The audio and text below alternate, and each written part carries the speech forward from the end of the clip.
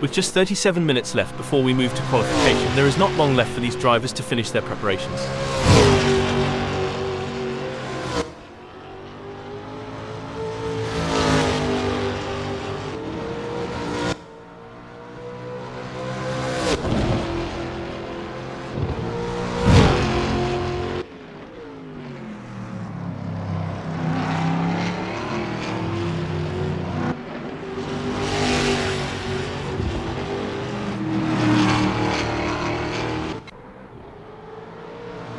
Elliott Norton posted 2:48.108 on their last lap. How will they do on this one?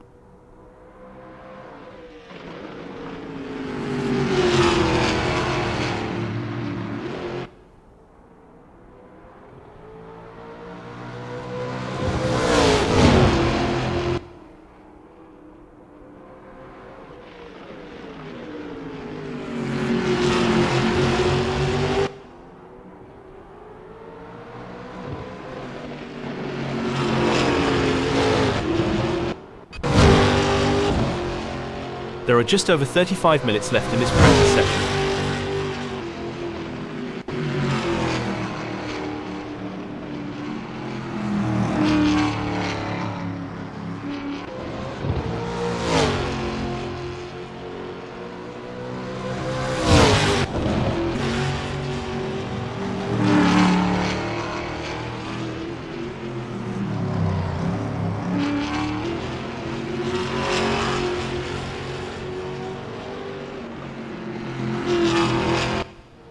There are just over 35 minutes left in this practice session.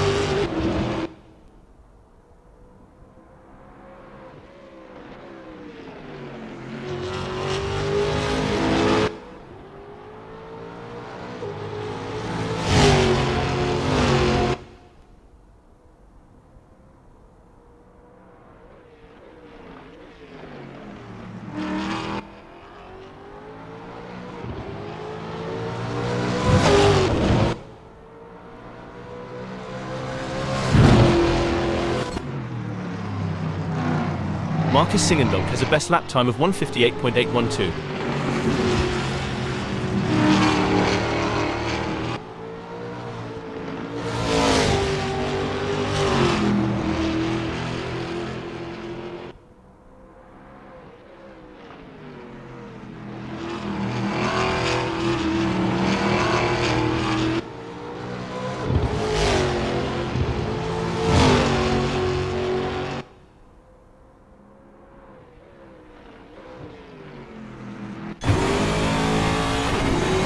Dominic posted a 1:57.407 on their last lap. How will they do on this one?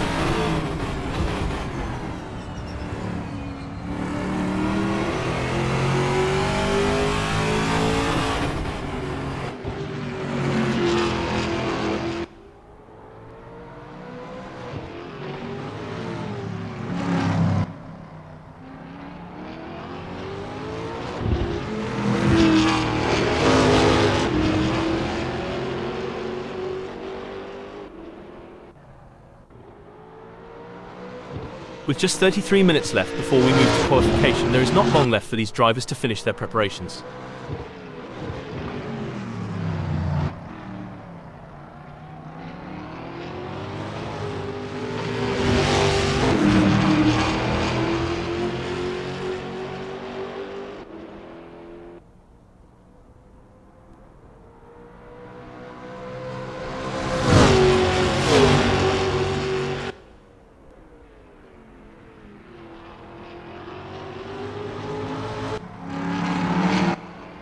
Martin Moll posted 1:58.260 on their last lap. How will they do it?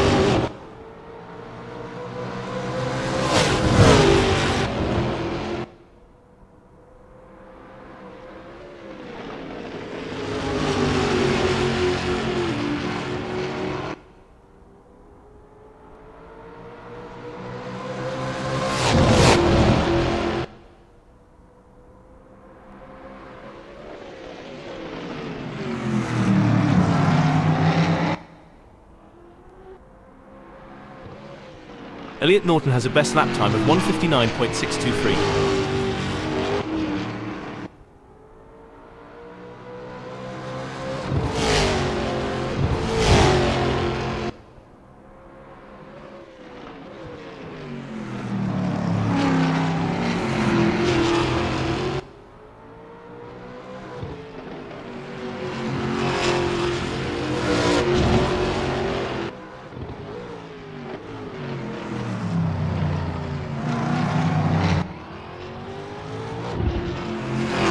Dominic Singendonk has a best lap time of 1:56.874.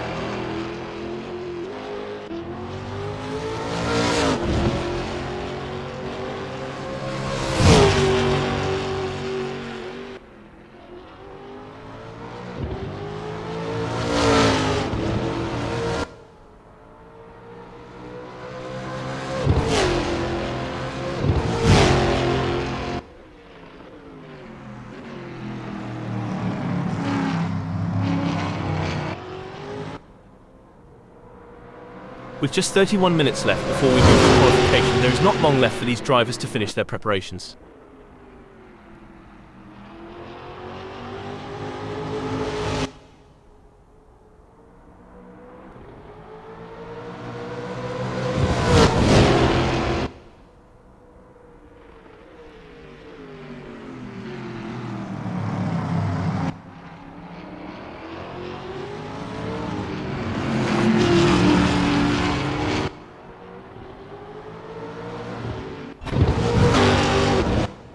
There are just over 30 minutes left in this practice session.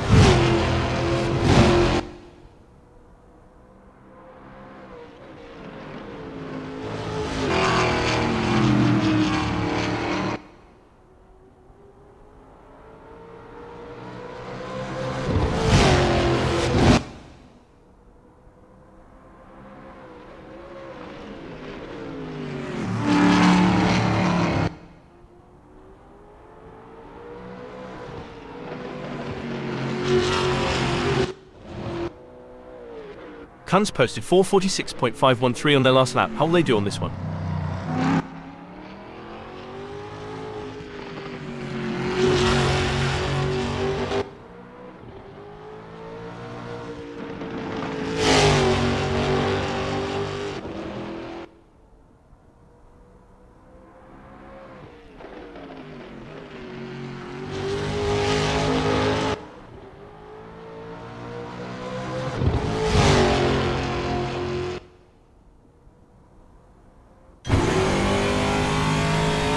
Farquhar has a best lap time of 1:58.345.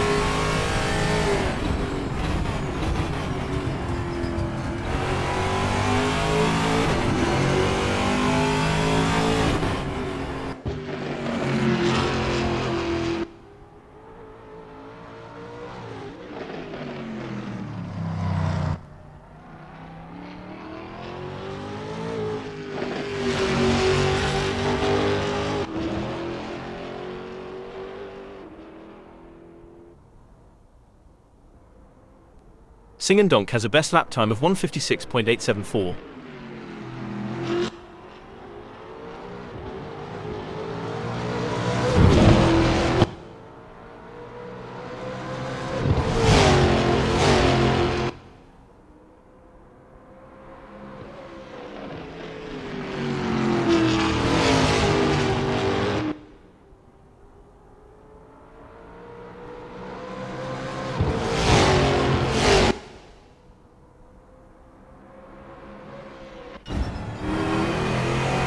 With just 28 minutes left before we move to qualification, there is not long left for these drivers to finish their preparations.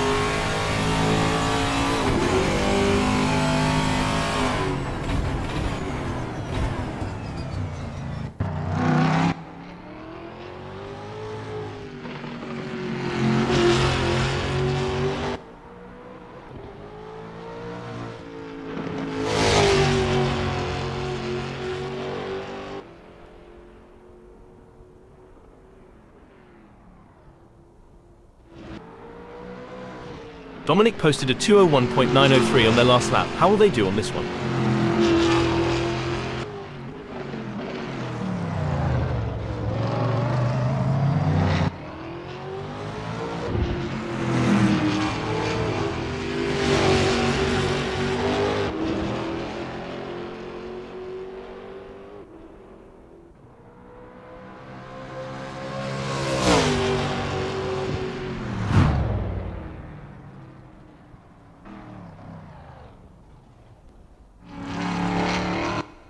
Jimmy Lindo has a best lap time of 1:58.938.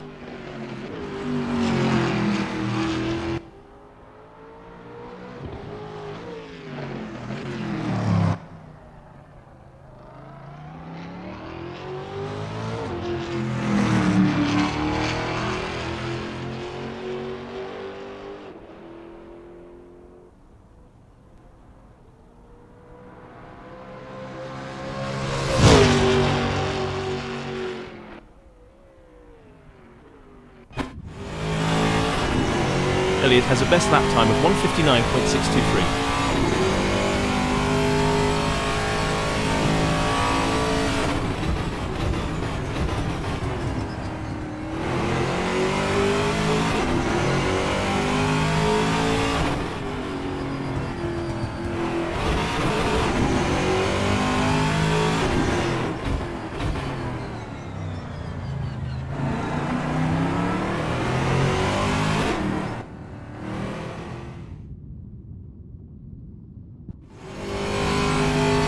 There are just over 25 minutes left in this practice session.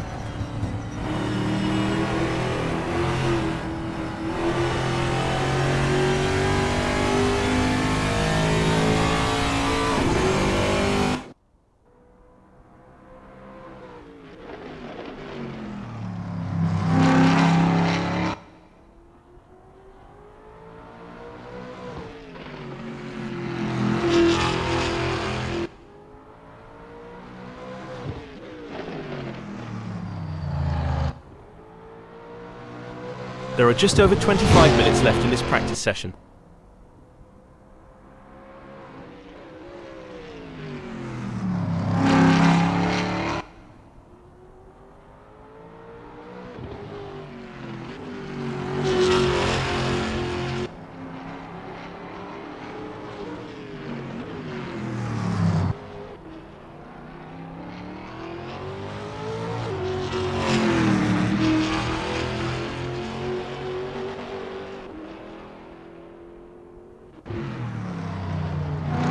With just 24 minutes left before we move to qualification, there is not long left for these drivers to finish their preparations.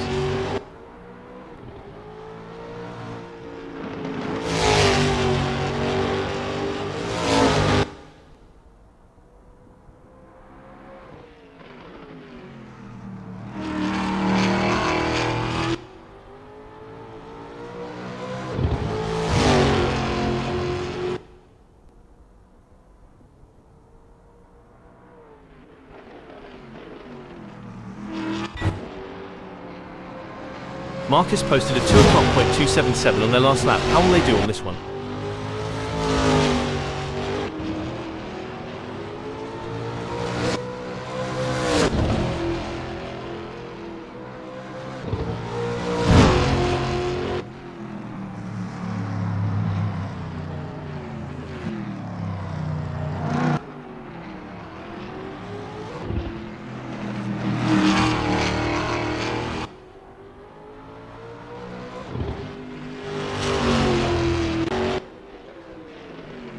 Elliott Norton has a best lap time of 1:58.817.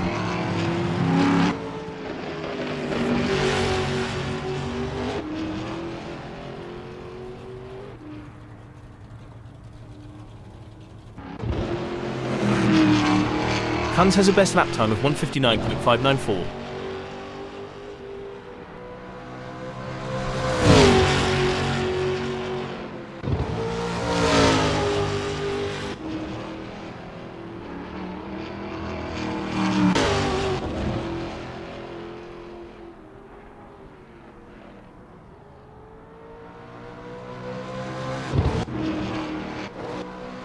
Lindo posted 1:58.623 on their last lap. How will they do on this one?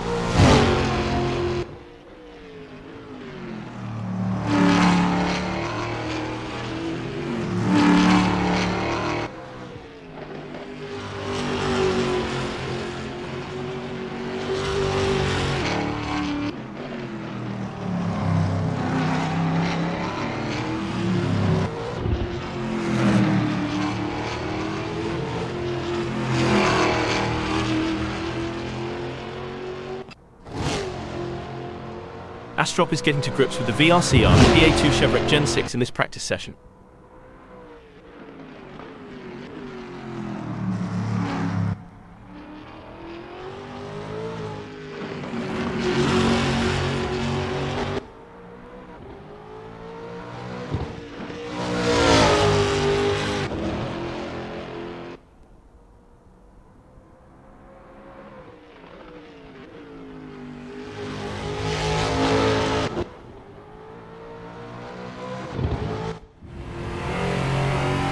With just 21 minutes left before we move to qualification, there is not long left for these drivers to finish their preparations.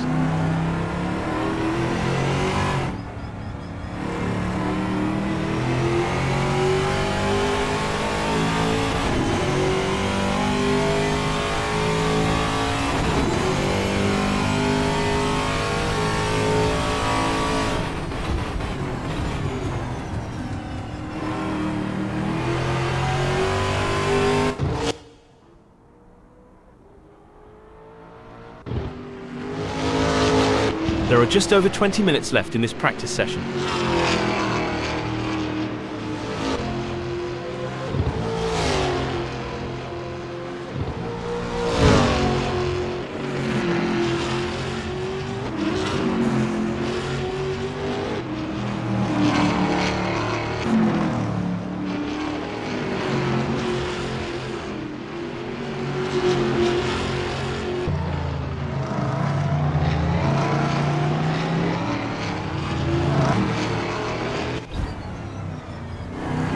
There are just over 20 minutes left in this practice session.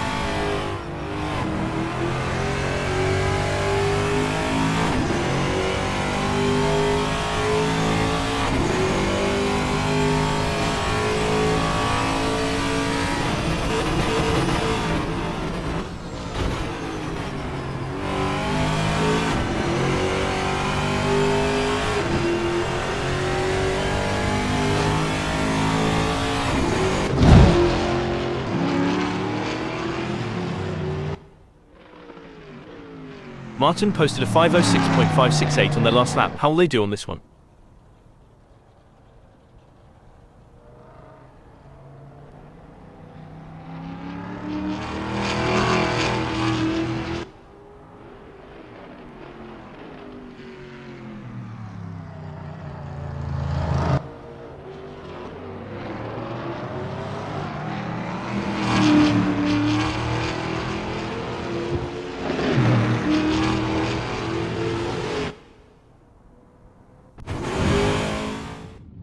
John Astrop is on their first practice flying lap.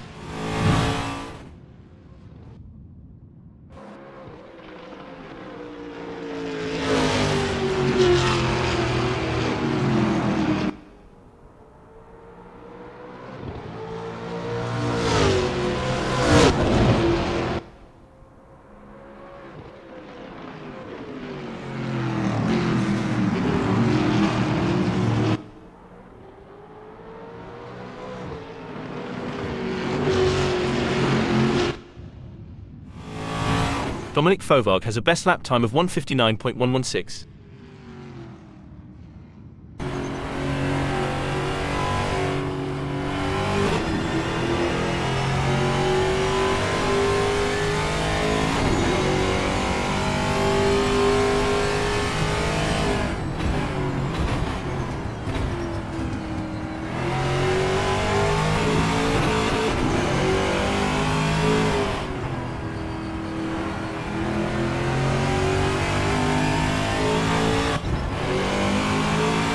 Jimmy Lindo posted 2:01.566 on their last lap. How will they do on this one?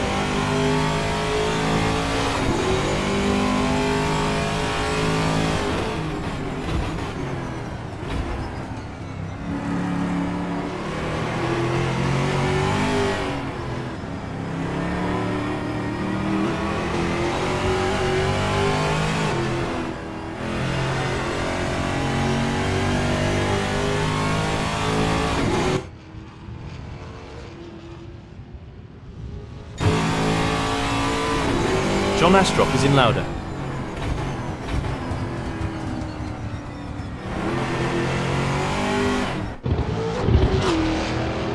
With just 16 minutes left before we move to qualification, there is not long left for these drivers to finish their preparations.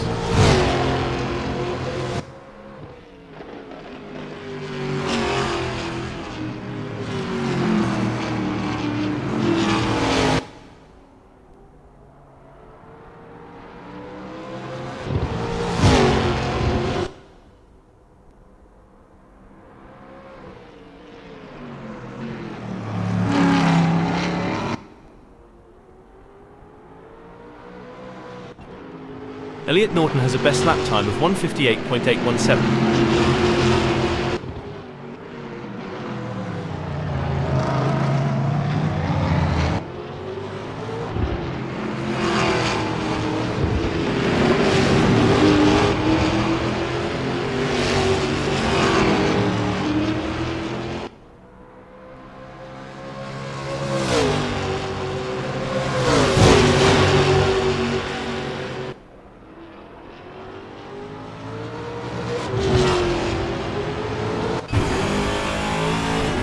There are just over 15 minutes left in this practice session.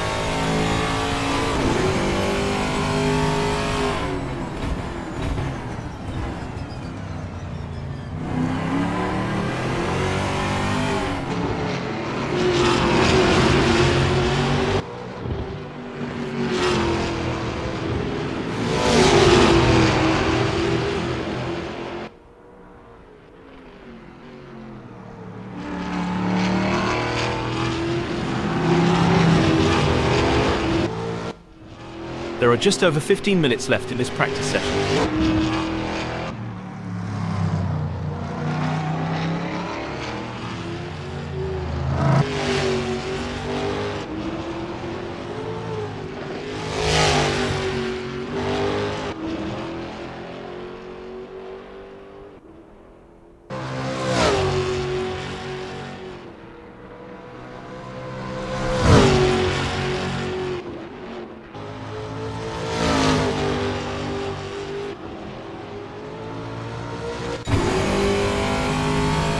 Elliot posted a 2:47.439 on their last lap. How will they do on this one?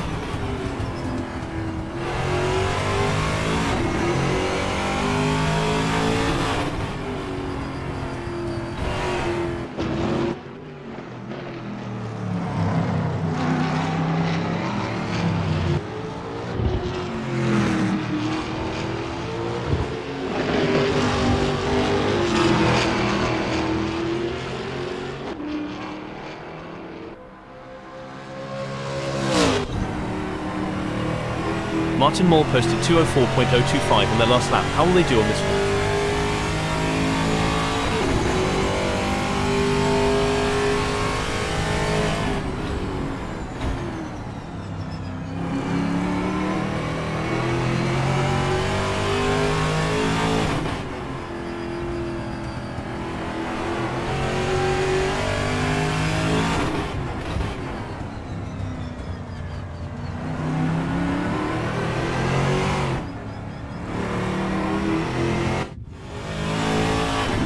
With just 13 minutes left before we move to qualification, there is not long left for these drivers to finish their preparations.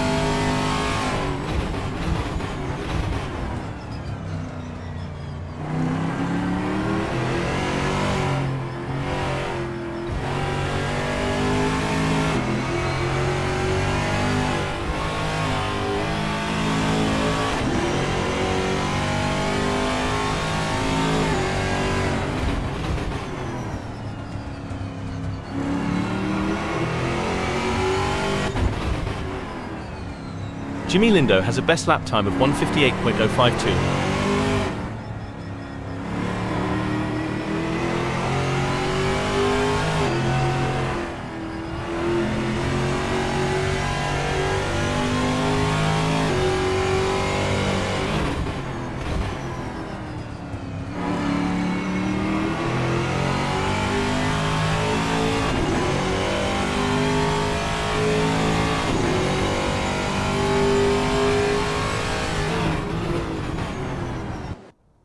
Sing and Donk has a best lap time of 1:56.874.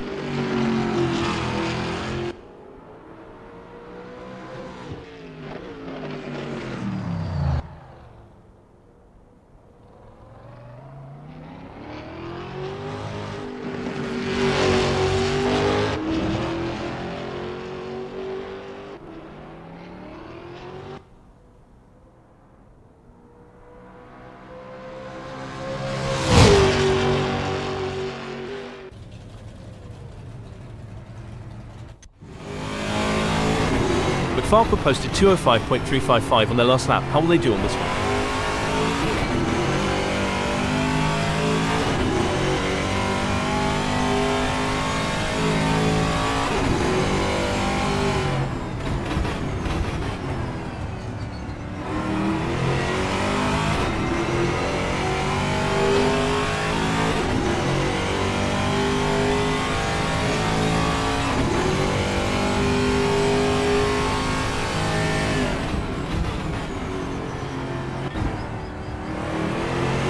are just over 10 minutes left in this practice session.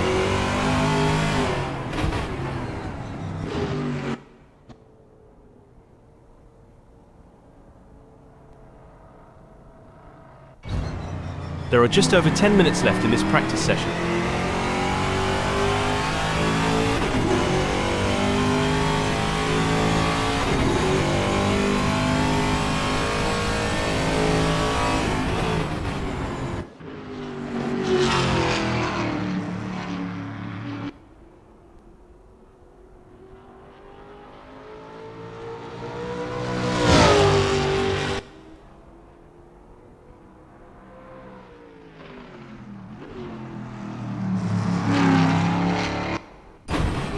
There are just over 10 minutes left in this practice session.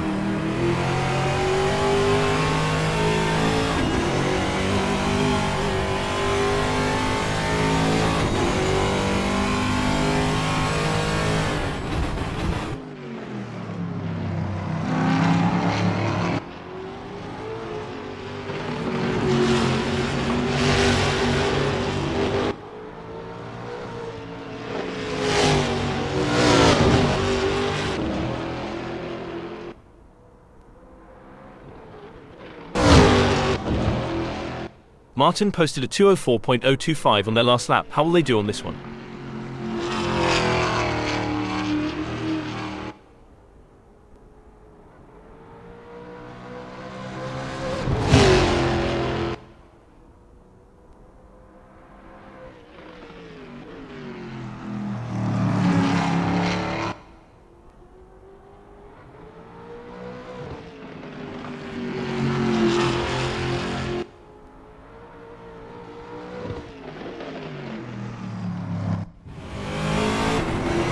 Daniel Coxis has a best lap time of 1:59.041.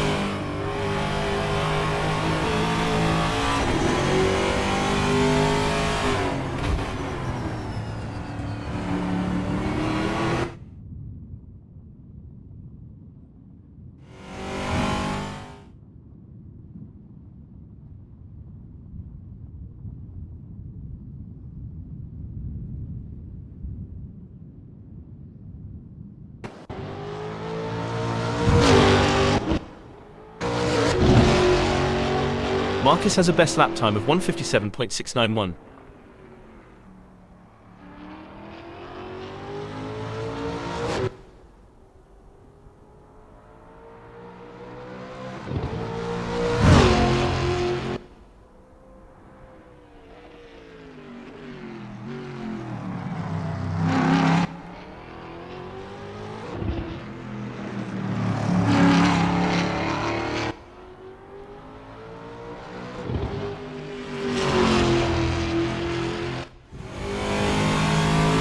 With just 7 minutes left before we move to qualification, there is not long left for these drivers to finish their preparations.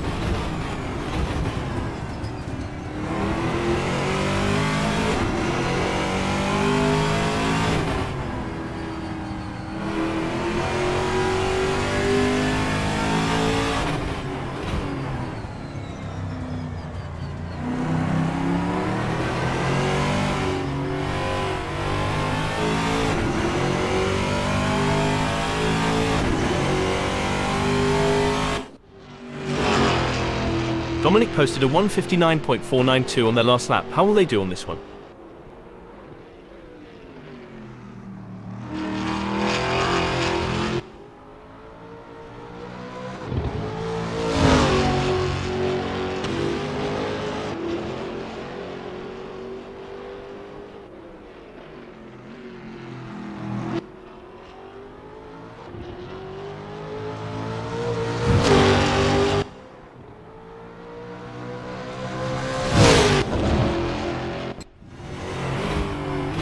Rich Snape has a best lap time of 1:58.345.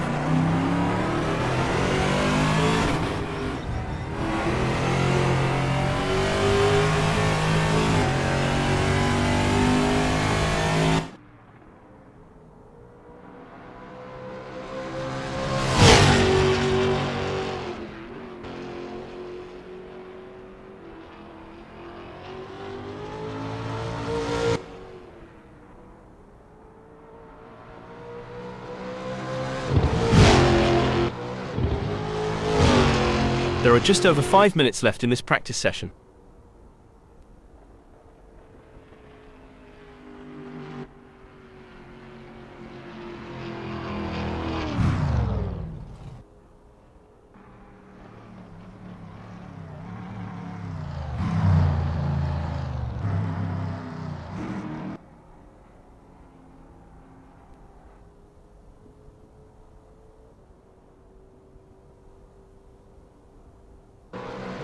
There are just over 5 minutes left in this practice session.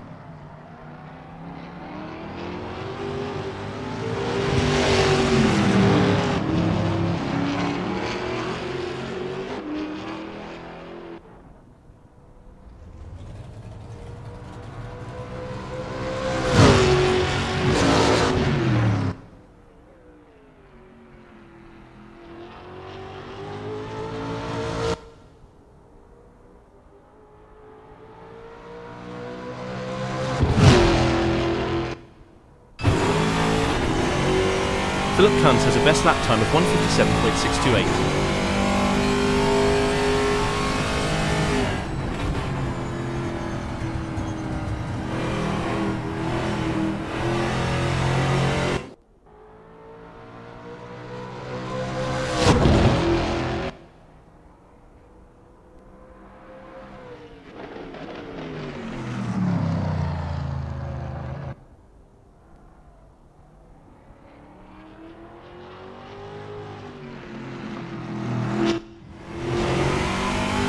Chris Stokes posted 1:58.347 on their last lap. How will they do on this one?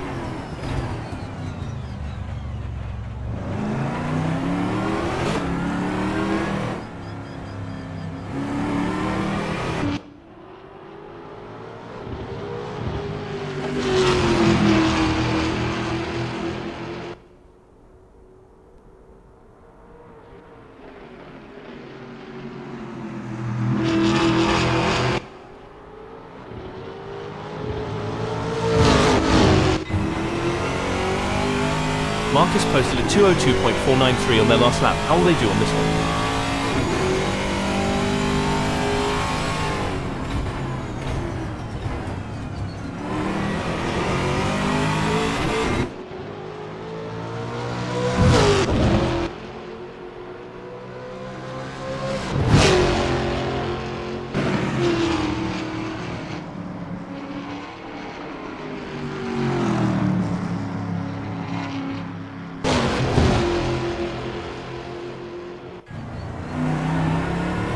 Dominic Fovard has a best lap time of 1:57.942.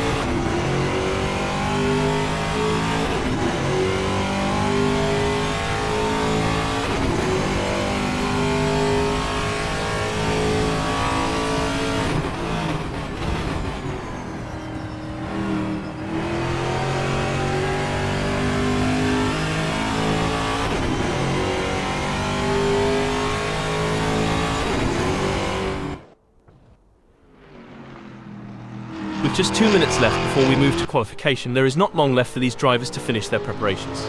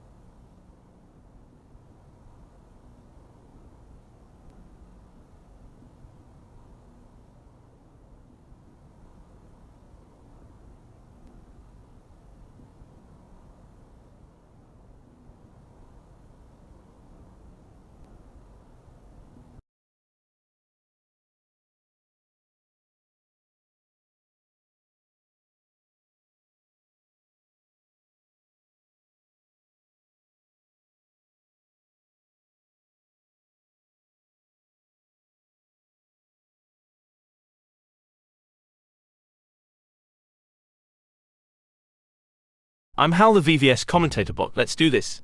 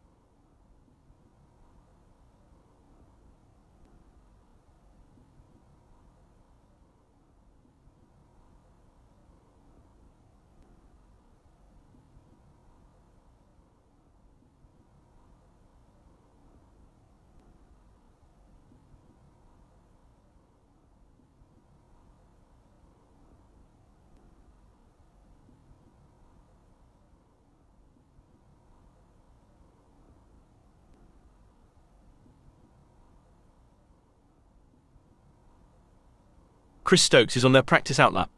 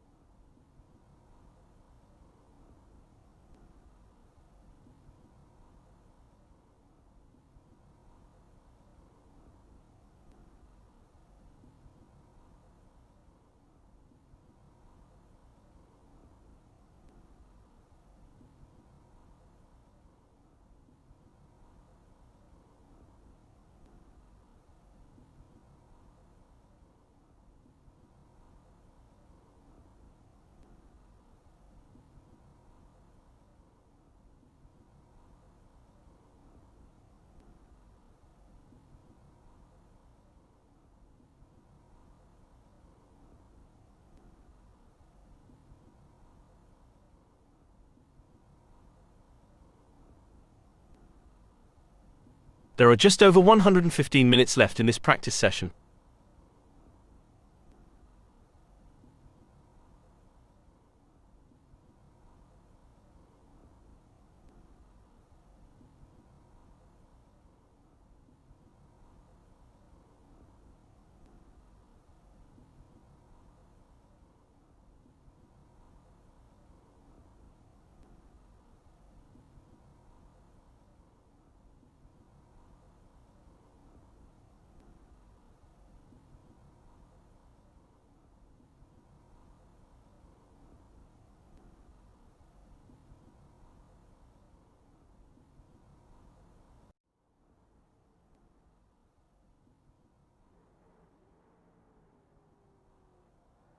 It's time to separate the contenders from the pretenders here at Albert Park as the drivers rev up their engines and put their skills to the test in the qualifying session.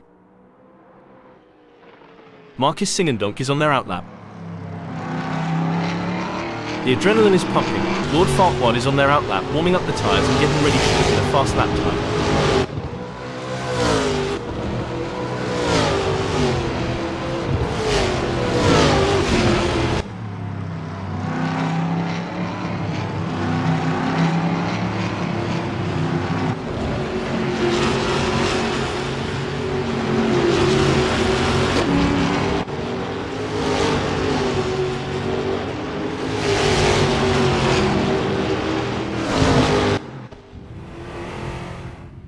It's all about strategy in these early moments. Singendonk is taking their time to prepare for their qualifying run and get everything just right.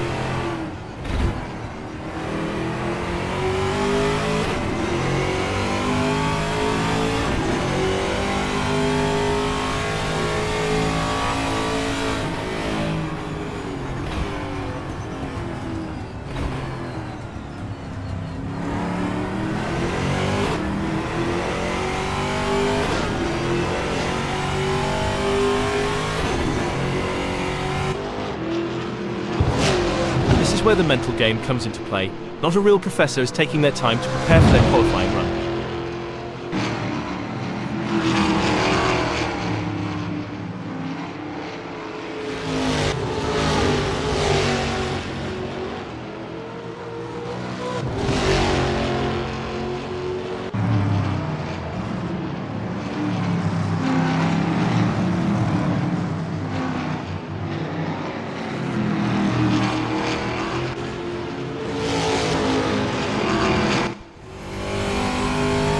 You can feel the tension building. Dominic is out on track and getting ready to push for their qualifying time.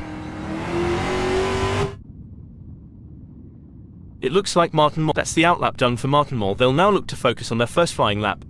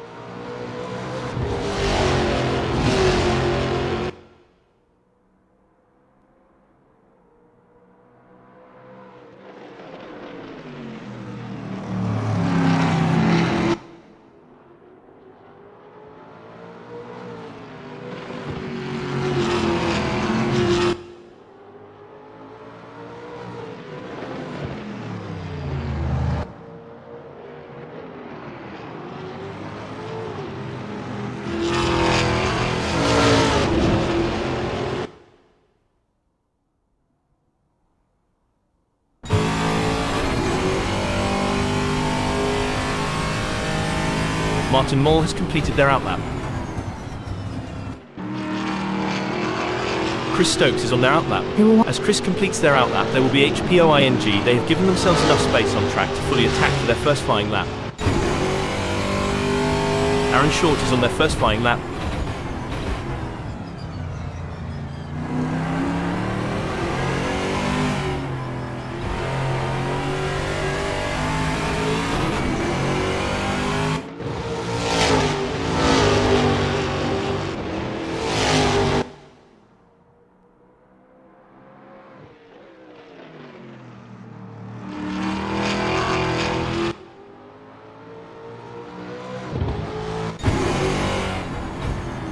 Daddy Dave has positioned themselves well in ninth during qualifying. The challenge now is to assess their competitors and strategize how to move up the order for a better race start. Impressive work from Aaron Short, who's claimed 5th on the grid. Now the focus is on maintaining their composure and pushing for an even better starting position. You hit the nail on the head, Hal. Aaron Short's current position of 5th is a testament to their skill and determination. Now they must stay sharp to make the most of this opportunity. It's an impressive showing by Jimmy Lindo, currently in 8th. They've showcased their talent, but will they be able to find those crucial extra tenths of a second to climb higher?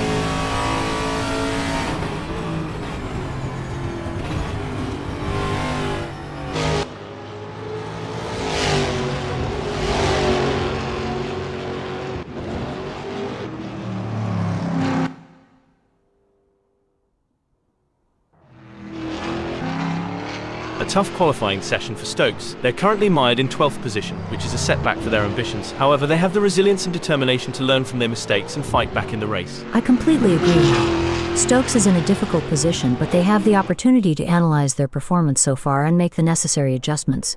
It's all about regrouping and giving their best shot in the remaining time.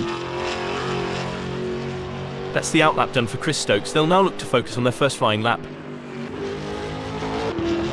Impressive display by Constable Berry, currently sitting in position 10. They've set a competitive time, but the question remains whether they can push even harder to secure a better starting position. Philip Kunz has put in a great effort and currently holds 6th. With the session winding down, can they unleash their full? Philip Kunz has completed their first flying lap in 1:57.887.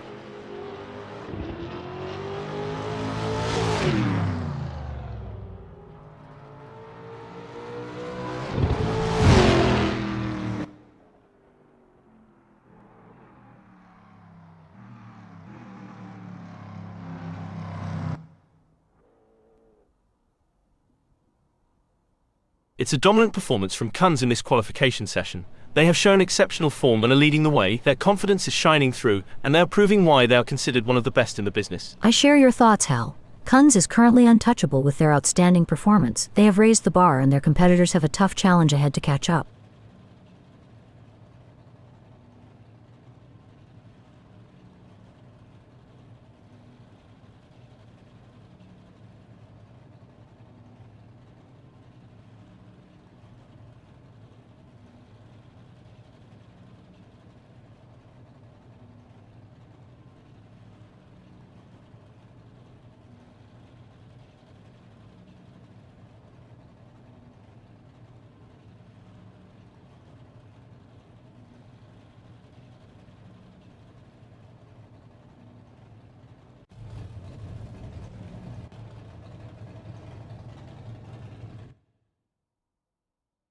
It's a very still day here at Albert Park as we're getting ready to get things underway. Philip Kunz will have the best seat in the house starting from pole position. But they can't afford to get complacent. They will have a target on their back now. The second position belongs to Mac McFarquhar. Coming in at third, we have Martin Mol. Another good start for the Dutch driver. We see John Astrop sitting in the 4th spot. Taking off from the 5th grid slot is the skilled driver Dominic Fovard. Lining up in 6th is Aaron Short. They would have liked to be higher up, but that's not going to stop Aaron Short fighting their way through. Starting from the 7th position, Rich Snape will need to navigate through the field to challenge for the win. Snape is going to show us something special, I'm sure of it. Sitting in 8th is Elliot Norton. But they can't afford to be complacent. This is race day after all. The 9th starting position belongs to Chris Stokes, who will be looking to make up ground early on. Jimmy Lindo is lining up 10th. Lindo in C-Class. David Constable Berry has got their work cut out for them starting from 11th on the grid. But they're going to have to be aggressive if they want to make up ground on the leaders. Marcus Singendonk is going to be starting from 12th. Marcus has been looking strong all week. Expect big things. Dominic Singendonk may have a bit of work to do starting from 13th on the grid. Daniel Coxis may not be starting from pole, but they're still in with a shot. But they've got the skills to make something happen.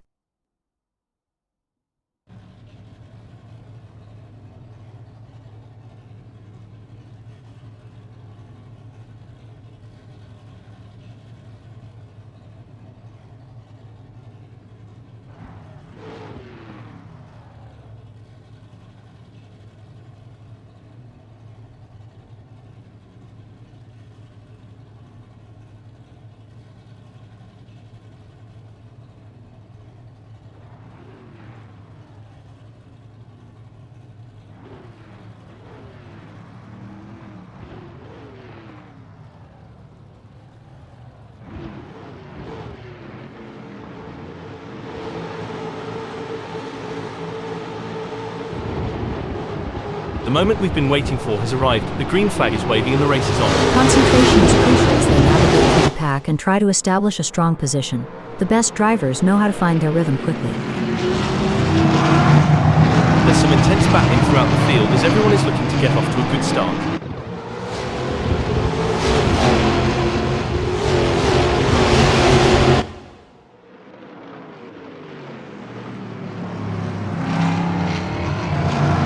Is there a better sight than a field of elite racing drivers battling for position? I, for one, am really excited. The rivalry between Philip Kunz and Mack has been building before the race, and this is where scores are settled.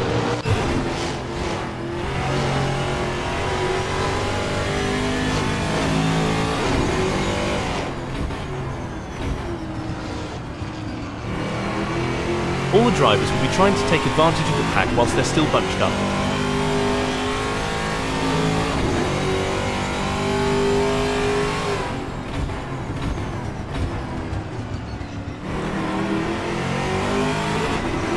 Establishing an early advantage will be crucial to the outcome of this race. All the drivers will be jostling for the best position now. Some of them may not make it to the second lap in one piece.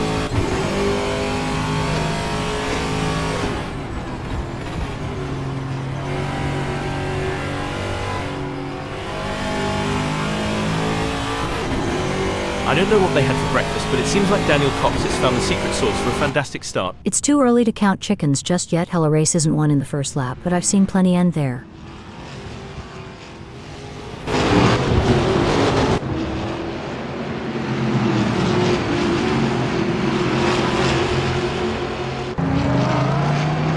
It's like Coxis had a pair of wings tucked away because they've soared up the leaderboard in the blink of an eye.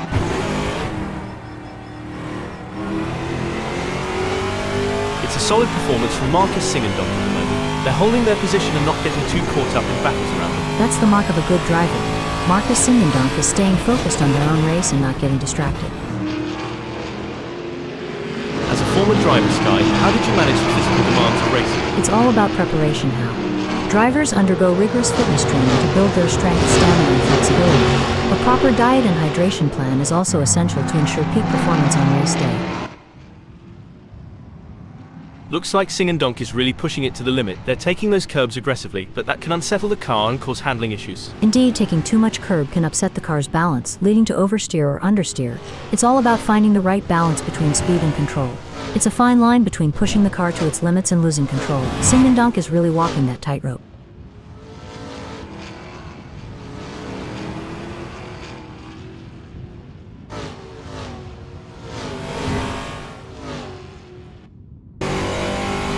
It's been a solid race so far for Dominic Singendonk. They're holding their position and keeping a steady pace. It's a classic case of chasing down the car ahead for Shaw, who is currently in P4. But Elliot Norton is not making it easy, and the gap remains over a second. This will require some expert driving from Aaron Shaw. This is where experience comes into play. Elliot Norton has been in this position before and knows how to defend their position. But Short is hungry for success and won't give up easily. Will we see a clash of the titans?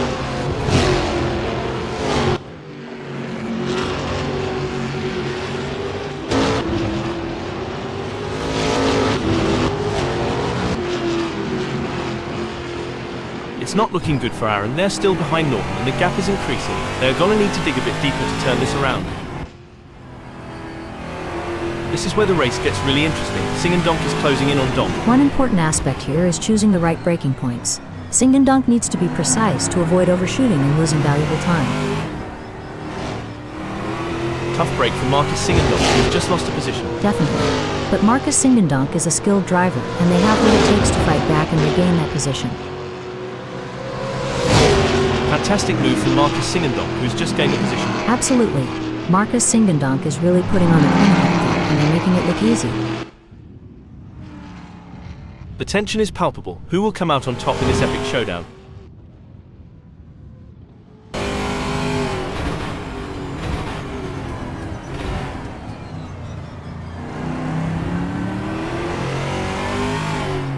It's not going to plan for Dominic. They're still behind Marcus Singandunk, and the gap is increasing. I don't think they have an answer for this right now. Fovarg needs to pick up the pace for sure, but I don't think they have it in them.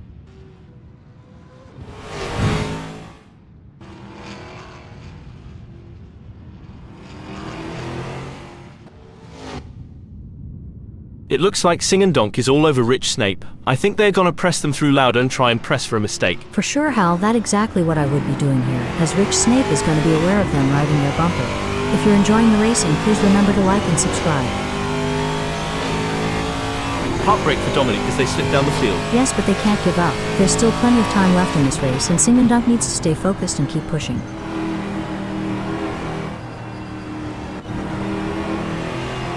I don't think that's the fastest way around Elton Park. The adrenaline is pumping as Norton gets within striking distance of Short in their race for third. And it's not just about skill and talent. It's about who has the nerves of steel to handle the pressure and make the right decisions at the right time.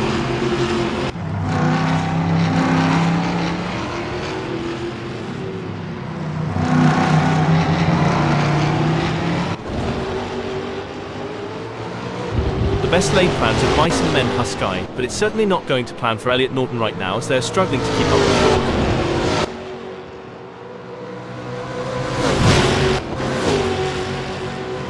Oh dear, Dominic Singandunk has had an incident.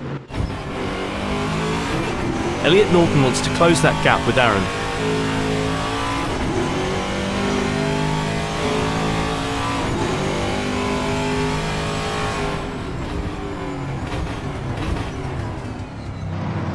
It looks like Aaron Short is pulling away from Elliot Norton. The gap is continuing to grow as they head through Sports Centre.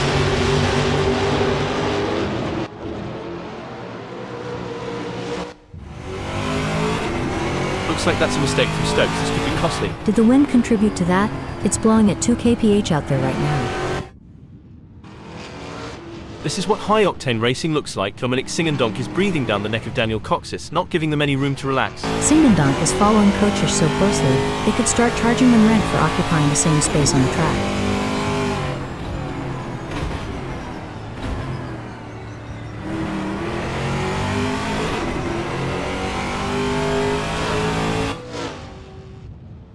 Dominic Singandunk needs to get more consistent. Sky, they have just put in a slower lap than Coxis.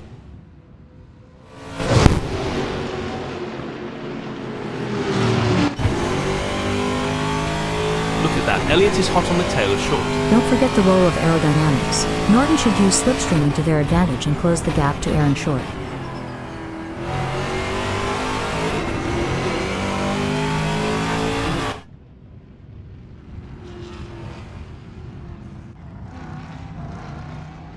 It seems like Elliot is struggling. They are not able to maintain their pace.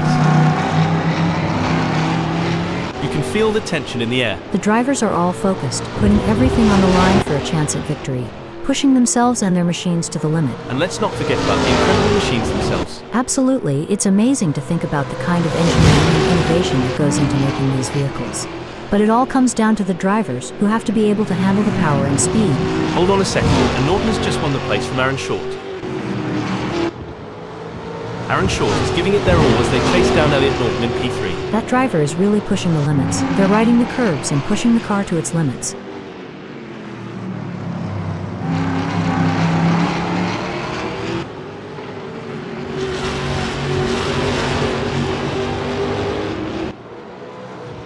The gap between Short and Elliot Norton is growing. It's now up to 0.9 seconds. It's not over yet, but Short needs to get a move on if they want to catch up to Norton.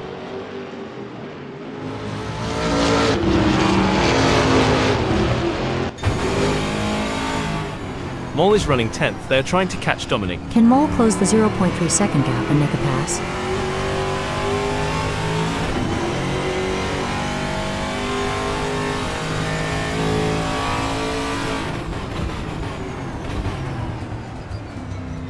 Mole is not able to keep their pace consistent. So far they are 0.75 seconds down. Can Mole refocus and start putting in the lap times we know they are capable of?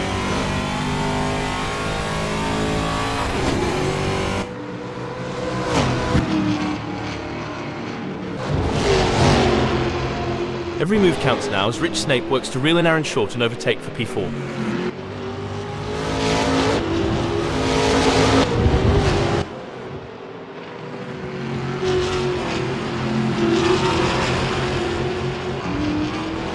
The gap between Rich Snape and Short is widening. It's now up to 0.5 seconds. This is where the mental toughness of Rich Snape comes into play.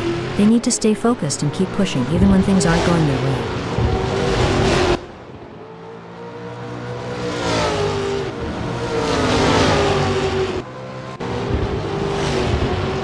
The race is really heating up. Mole is hunting down Fauvargue with everything they've got.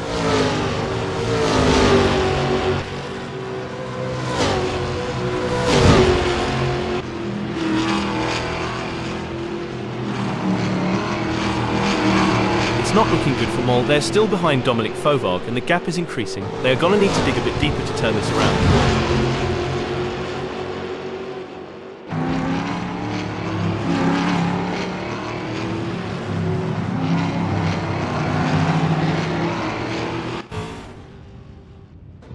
Things are heating up as Rich tries to close the gap to Short.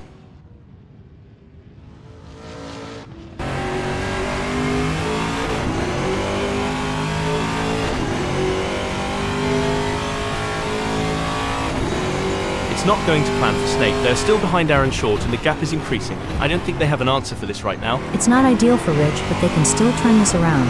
They need to focus on their own driving and not let the gap get any bigger.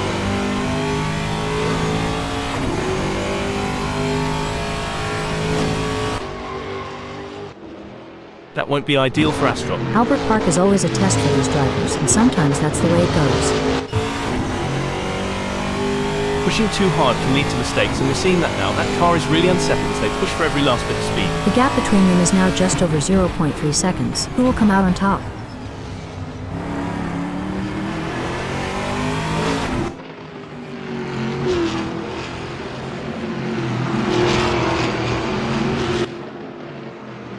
It seems like Snape is struggling. They're not able to maintain their pace.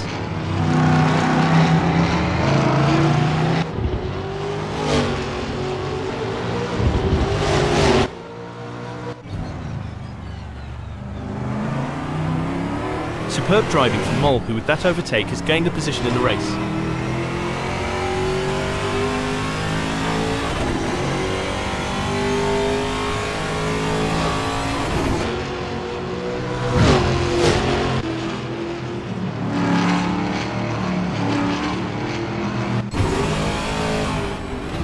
Oh my, not a real professor is hot on the tail of Aaron Short. As they come into Auto Drive, I'm sure they may have a cheeky peek up the inside. I remember being in a similar situation during my racing days. Snape must stay focused and wait for the perfect opportunity to overtake.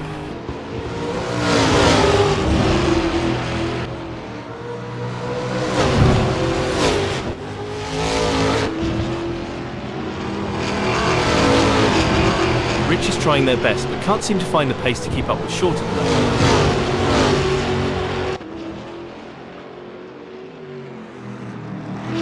The race is heating up as Sing and Donk in 5th closes in on Rich Snape. The gap is just over a second, and I'm sure they are going to do everything possible to try and close the distance. They're not giving up without a fight.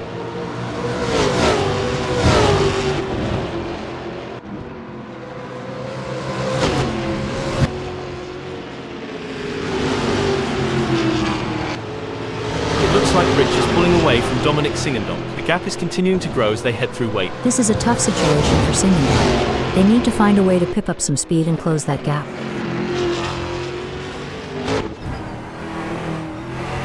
This is where the skill and precision of the drivers really comes into play. Rich Snape is chasing Aaron Short in P3. The gap between them is just over 0.4 seconds. Who will have the speed and skill to come out on top?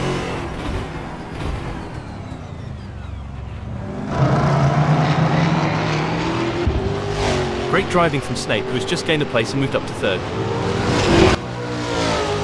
It's a brilliant day for racing, and the drivers are putting on a show. Absolutely. What a great race we are witnessing today. These drivers are giving it their all, and it's a thrill to watch them compete at this level. They're really pushing themselves and their machines to the limit, and it's... Hold on a second. I don't think that's the fastest way around Albert Park. Jimmy is not going to be happy about that.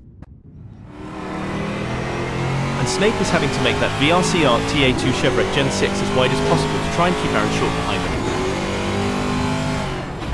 him. Short is in there like a rat up a drain pipe, Sky. Rich is not going to be happy about that.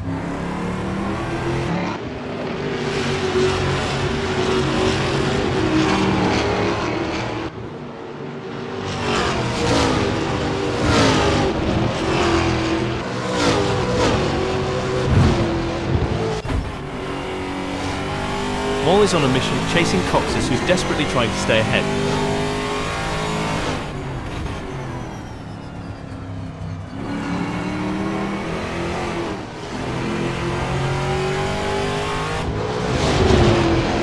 Martin is not able to keep their pace consistent. So far they are 1.14 seconds down. Can Mole refocus and start putting in the lap times we know they are capable of?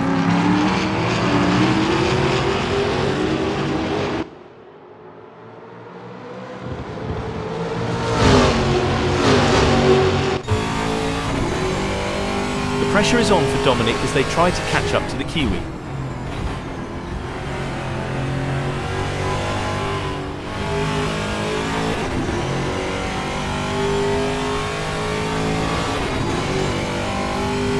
It seems like Dominic has got the bit between their teeth, improving on the Kiwi's lap time there.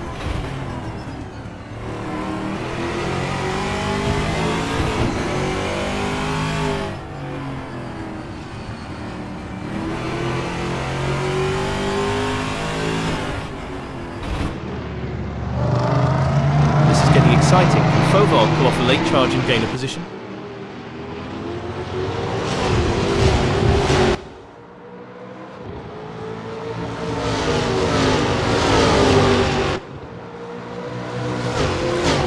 Oh no, Sky, look at this. Fovard is closing in on John Astrop. The gap is now just 0.3 seconds. They need to step up their game and start pulling away again.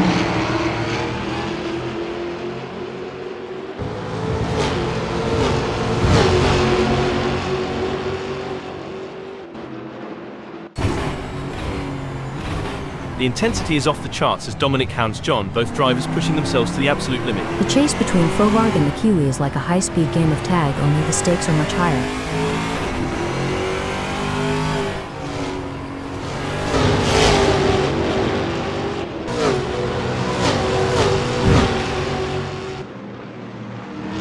The best laid plans of mice and men are Sky. It's certainly not going to plan for Dom right now as they're struggling to keep up with John. Dominic needs to focus and keep pushing. Even when things aren't going their way, if they can close the gap down, they may be able to bring the fight to John. During your racing career, Sky, did you have any specific techniques to regain concentration if you felt it slipping? Yes, Hal, I had a few techniques. One was to take a couple of deep breaths and briefly reset my focus. Another was to use a specific keyword or phrase as a mental trigger to refocus my mind on the task at hand. Dominic wants to find a way around the Kiwi. Rubbing is racing. Let's hope they don't rub it too hard. A great moment for Dominic, who has just gained a place and moved up the standings.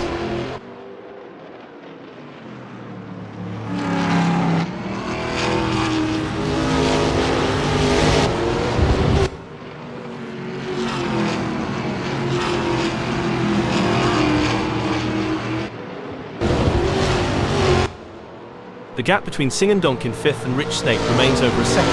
Singandonk is not letting up. They're pushing hard and looking for any opportunity to close that gap up. Can they pull it back in the remaining 2 minutes? That's right. Marcus Singandonk in 5th knows they have to push to the limit if they want to catch up. But Rich Snape is no slouch and they're going to be pushing just as hard. It's a battle of skill and will out there.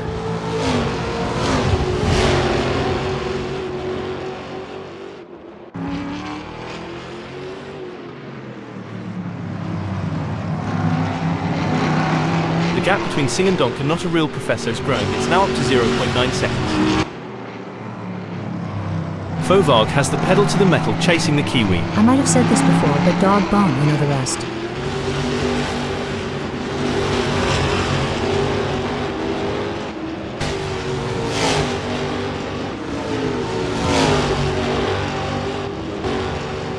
Dominic Fovard appears to be losing ground on Astrop. They will need to pick up the pace a bit as they head into Whiteford and see if they can get a good exit and gain some ground. I'm curious, Sky, can you tell us about any pre-race rituals you had when you were racing? Of course, Hal, before every race I would listen to a specific playlist of songs to help me get in the zone. I also had a lucky pair of socks that I would wear during races. It may sound silly, but those little rituals help me feel prepared and focused. It looks like Rich is pushing hard to catch up to Aaron Short. The gap is over a second, but Rich is not giving up just yet. Can they close the distance and make a move on Aaron Short?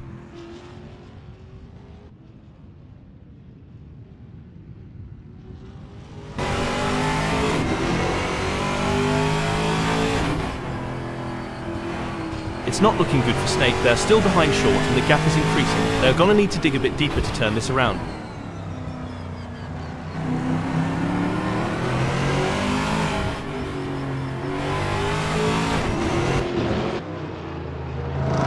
The tension is building as Dominic Fovard trails behind John Astrop. The gap is slowly but surely decreasing and the pressure is mounting. Can John Astrop hold on, or will Dominic Fovard be able to close them down? Absolutely. Dominic in ninth will need to be patient and carefully work to reduce that gap without overdriving it, as they can't afford to take unnecessary risks and risk an off or damaging their car. Let's see if they have what it takes to get back into the game here.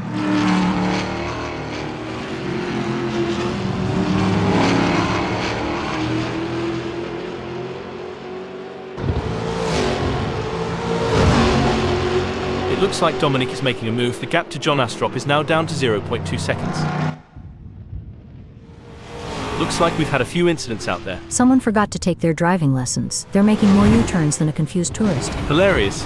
I think they might need to call their GPS for directions. Maybe it can help them navigate the track. It's a battle of wills out there, each driver trying to outsmart and outmaneuver the other. That's right, Hal. The pressure is palpable. The fans are on the edge of their seats, waiting to see who will come out on top in this epic showdown.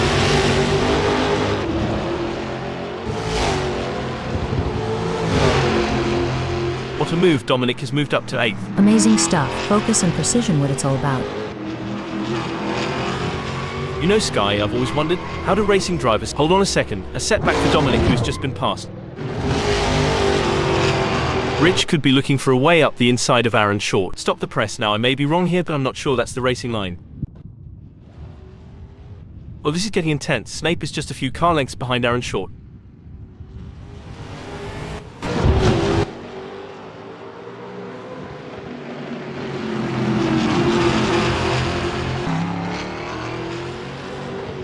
It seems like Rich is struggling. They're not able to maintain their pace. Can Rich refocus and start putting in the lap times we know they are capable of? Sky, what's the impact of tyre degradation on race strategy? How does it affect a driver's approach to the race? Tire degradation plays a crucial role in race strategy, Hal. Teams and drivers have to consider the optimal time to pit for fresh tires and adjust their race pace to balance speed with tire Braking development. It's looking good for Rich Snape, who's gained places and put some distance between themselves and Aaron Short. Go, go, go, that's what we want to see. The pursuit is on. Marcus is closing the gap on Aaron, determined to claim P3.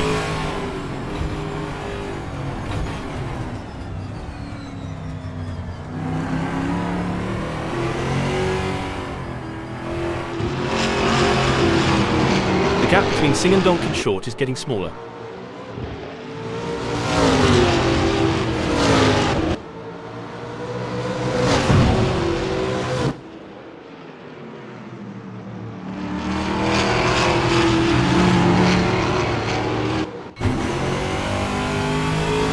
This is where the skill and experience of the drivers really come into play. Snake will need to stay focused and keep pushing even when the gap seems insurmountable. It's not over until the checkered flag drops. It's moments like these that make motorsports so exciting. We're witnessing a battle of skill and strategy between two great drivers with not a real professor in fifth determined to catch up. But we know Marcus isn't just going to hand it to them on a plate. Not a real professor is going to have to take it. It should be an interesting battle to watch as long as they can close that gap.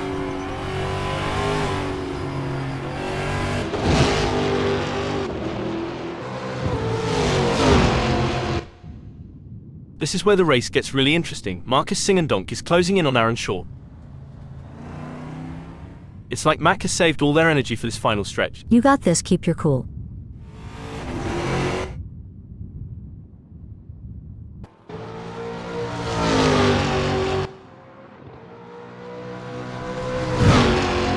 It's all over. McFarquhar has claimed victory in this race with a stunning drive that will be remembered for years to come, clearly at the top of their game right now. Norton takes second place in a fantastic race. Impressive performance. They pushed themselves to the limit for a fantastic second place finish. Excellent focus from Singh-Dong to secure a fantastic third place on the podium.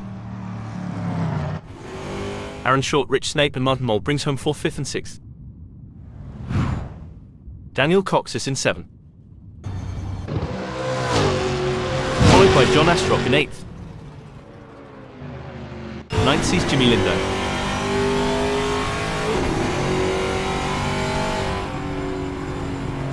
10th is Dominic Fauvargue.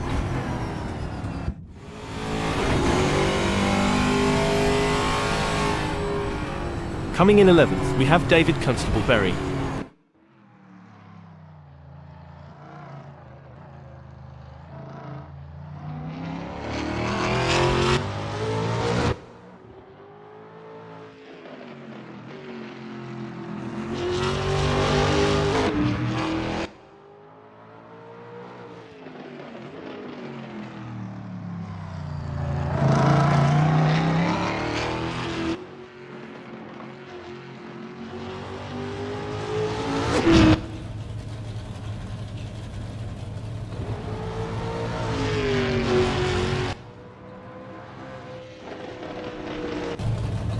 Finishing 12th is Chris Stokes.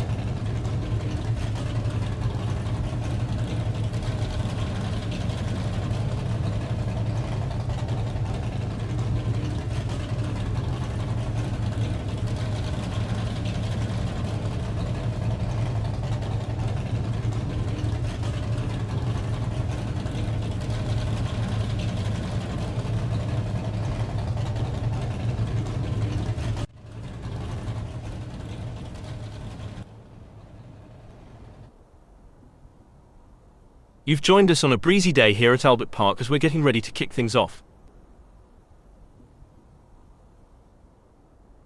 David Constable-Berry lines up in second place as the engines rev and the race begins. In the third position, we have Dominic Fauvargue ready to tackle the race ahead. Jimmy Lindo will look to make a splash from the fourth position on the starting grid. It's John Astrop sitting comfortably in fifth. Could we see a podium result from Astrop? As the engines roar to life, Daniel Coxis prepares to take off from the sixth position on the starting grid. Martin Mole is placed in seventh. Martin will have wanted a better start than seventh. Rich Snape will be looking to gain ground quickly as they start from 8th on the grid. The British driver has been driving the wheels off the VRC ARC TA2 Chevrolet Gen 6 in practice. Aaron Short is 9th. Starting from 10th on the grid is a good position for Marcus Singh-Dong to launch an attack. Elliot Norton isn't going to make it easy to get through the pack. Starting from 11th on the grid is a tough ask for Elliot Norton, but they're up for the challenge. Starting from 12th on the grid is not ideal for Mac McFarquhar, but they're a fighter. Philip Kunz has some work to do from 13th on the grid, but they're not out of the race yet. Starting in pole position gives Chris Stokes a clear advantage over the rest of the field. The pressure's on now. Can he handle the heat and stay ahead of the pack?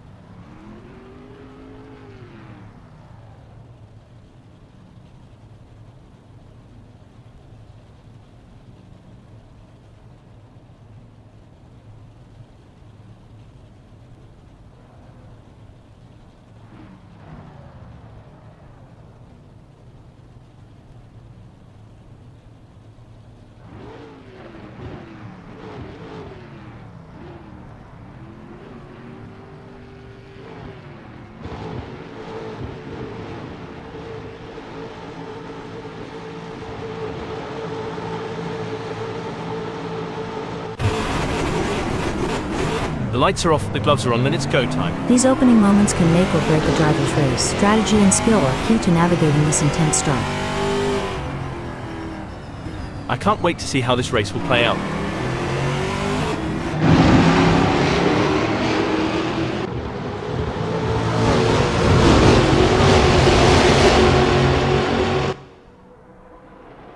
As we watch the drivers fight it out in the first lap, I can already feel that this is going to be an epic race. Let's hope they all brought their games today.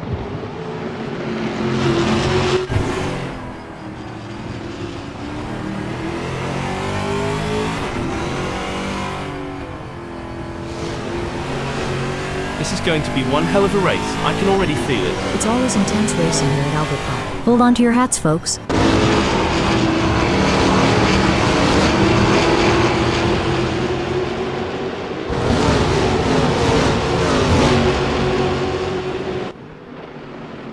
The pressure is on whilst the field is bunched. Who can keep their cool and take advantage? I'm really looking forward to seeing how this race unfolds.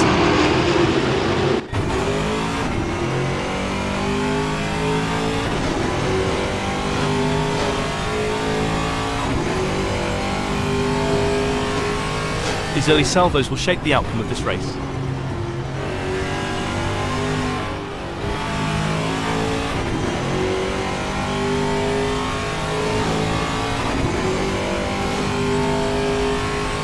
The drivers are jockeying for position. McFarquhar will be looking to get off to a good start and consolidate their position. I'm looking forward to this one, Hal, and we'll see a return to form for Mac in this outing in Australia.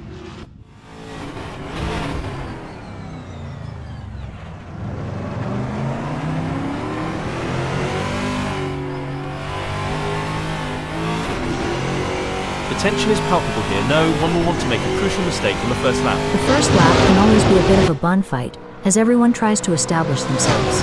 It's easy for inexperienced racers to blow it in T1.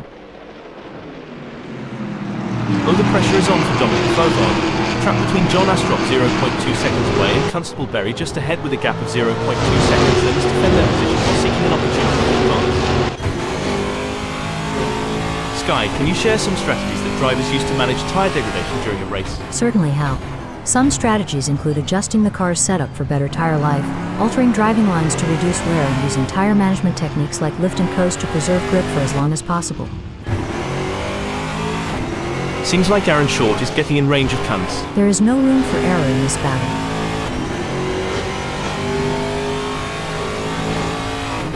A brilliant maneuver from Aaron Short, who has just moved up the field. You can't argue with results like that. Short is really making their mark on this race. So, Sky, considering the high speeds and split-second decision-making involved in racing, what's the impact of even a minor lapse in concentration? A minor lapse in concentration can have significant consequences. It could lead to an off-track excursion, a loss of position, or even a collision. That's why it's crucial for drivers to stay focused and alert throughout the race. 3 cars in perfect formation, creating a moving train on the circuit. They're using the slipstream to gain an advantage, but who will make the decisive move? Absolutely, Hal. The slipstream plays a crucial role in these battles. The drivers are using every trick in the book to gain an advantage while constantly evaluating their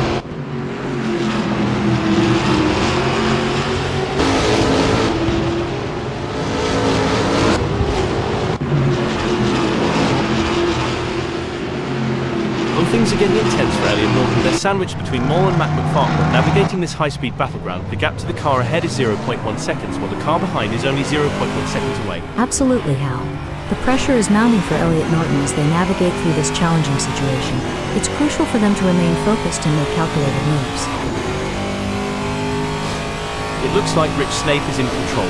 They're ahead of Daniel Coxis by over a second, and it doesn't look like they're going to be challenged anytime soon. Snape is doing a great job of defending in the lead, and Kochish is pushing hard to close the gap. It's an exciting race, and it's not over yet.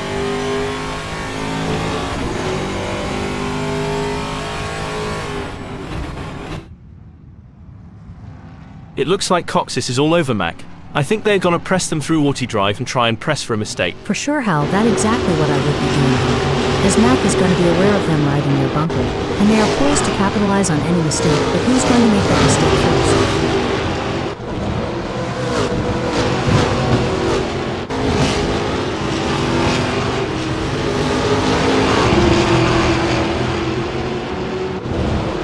Coxis is trying their best, but can't seem to find the pace to keep up with Mac McFarquhar at the moment. This is a frustrating situation for Daniel Kochich, but they can't give up just yet. They need to keep pushing and hope for a mistake from McFarquhar. Norton seems to be putting the pressure on Daniel Coxis. An impressive showing from Norton, who's gained positions and left Daniel Coxis in the dust. Definitely. But there's still a long way to go in this race, and anything can happen. Norton needs to keep driving with focus and intensity.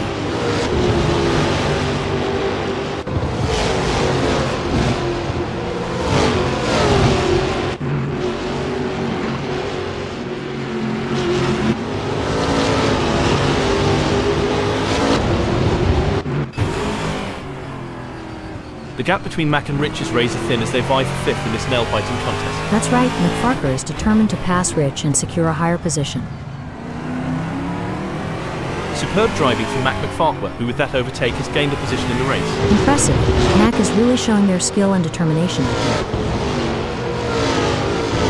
How do racing drivers like yourself back in the day... Hold on a second. Looks like that's a mistake from Jimmy Lindo. This could be costly. The crowd is on tender hooks as Norton in 7th chases after Rich Snape. The gap is just over a second and you can feel the tension in the air. Can Elliot Norton find a way to catch up? It's a nail-biting race for sure, with both drivers showing incredible skill and determination. But Rich Snape is not going to give up their position easily. This is going to be a battle to the very end, with Elliot Norton in P7 doing everything they can to catch up.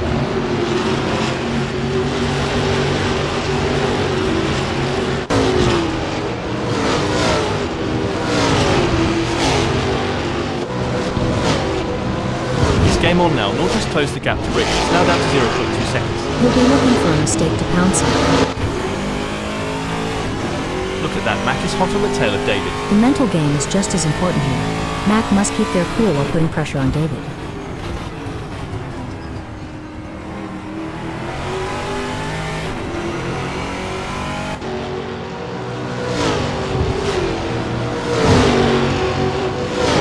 Pushing hard and has reduced the gap to David to 0.1 seconds. Exactly what Mac needed. They can't afford to lose any more ground to David.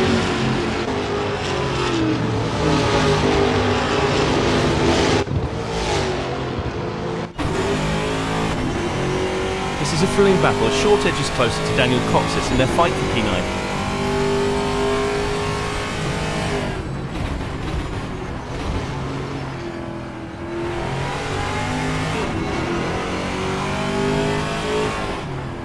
It's not going to plan for Short. They're still behind Daniel and the gap is increasing. I don't think they have an answer for this right now.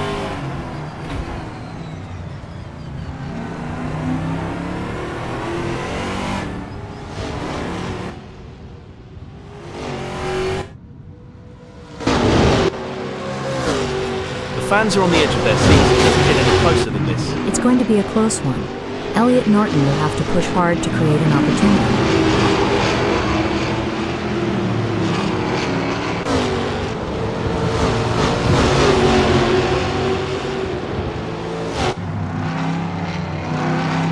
The best laid plans of mice and men Husky, but it's certainly not going to plan for Norton right now as they're struggling to keep up with Lord Farquhar. Norton needs to pick up the pace for sure, but I don't think they have it in them.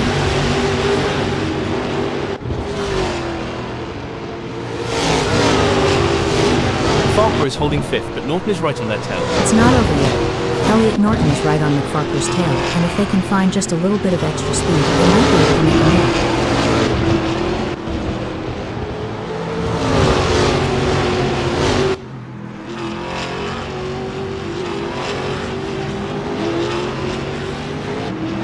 Seems like McFarquhar is struggling. Their last lap time wasn't as good as Elliot Norton's. Can Mac McFarquhar turn this around?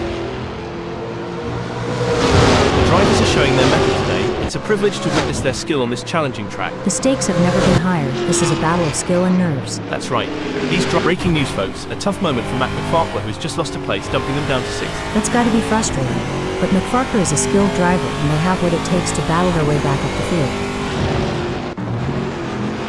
It's a close race between Moll and Elliot in 6th. You know, breaking news, folks, that won't be ideal for Norton. Whoops, Norton is going to be kicking themselves.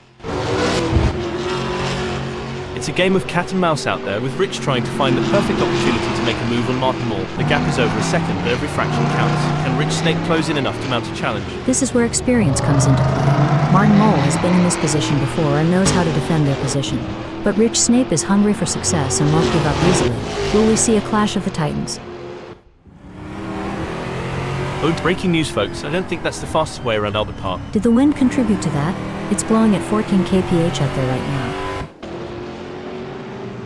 Rich is giving it their all as they chase down Martin Mole in P4.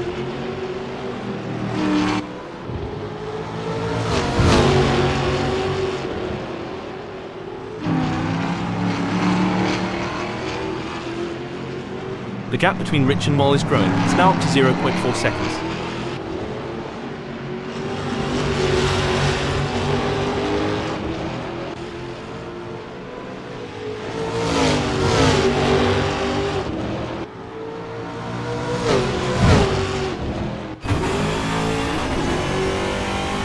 It's all about consistency for the Kiwi, who is currently second. Absolutely. And they need to keep driving with determination to stay in that position.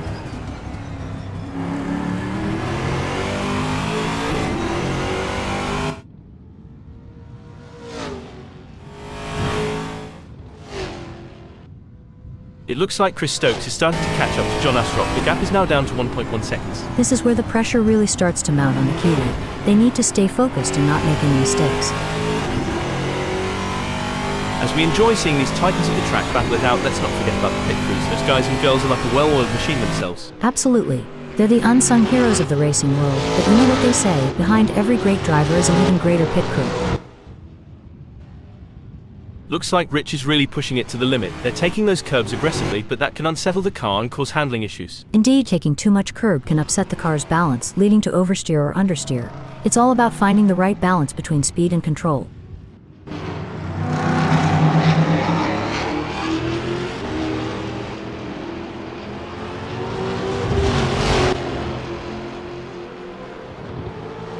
The gap between Snake and Mark is widening. It's now up to 0.4 seconds. Can they get it together and reduce the gap?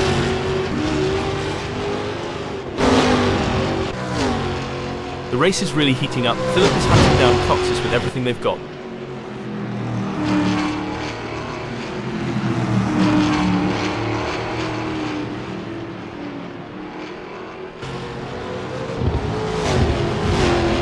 It's not looking good for Philip. They are still behind Cox's and the gap is increasing. They are going to need to dig a bit deeper to turn this around.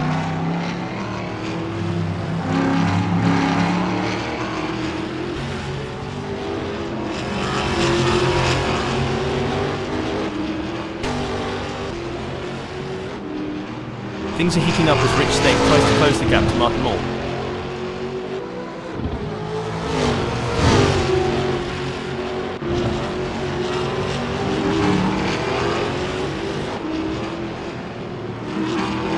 Snape is trying their best, but can't seem to find the pace to keep up with Mole at the moment. It's not over yet, but Snape needs to get a move on if they want to catch up to Mole.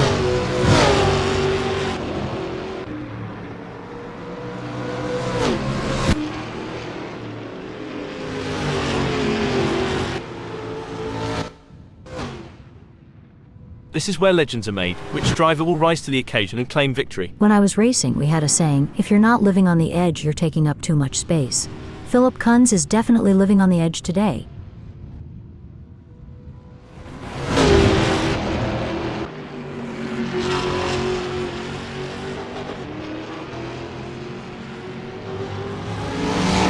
Great effort from Kunz. Their last lap was the best we've seen from them.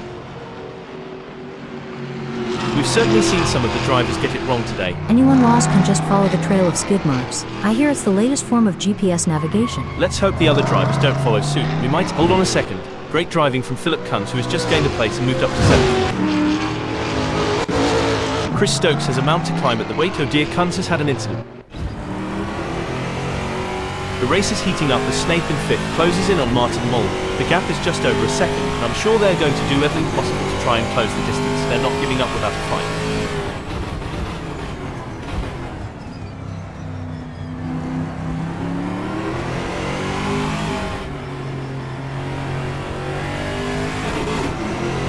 Rich appears to be losing ground on Martin Mole. They will need to pick up the pace a bit as they head into Hellas and see if they can get a good exit and gain some ground. It's not ideal for Rich Snape, but they can still turn this around.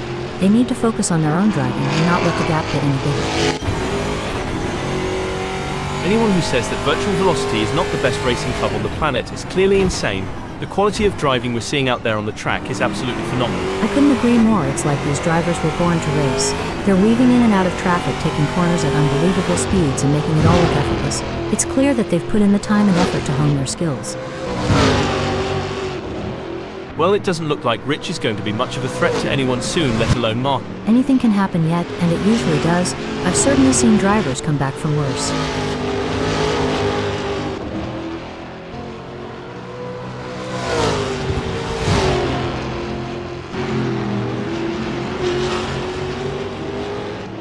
Looking at the lap times, Rich is not on pace with Mole. Can they turn it around?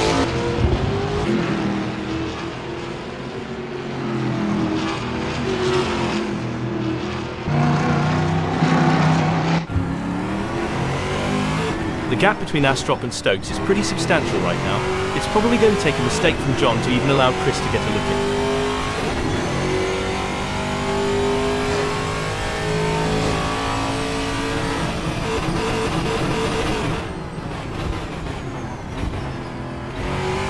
Good news for Goldilocks, the gap to Astrop has decreased. It's now down to 1.2 seconds.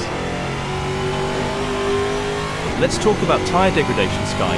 How does it affect the car's handling and what do drivers need to do to adapt to the changing conditions? Tire degradation can significantly impact handling now. As the tires wear, the grip reduces and drivers need to adjust their braking points, cornering speeds and throttle application to maintain control of the car.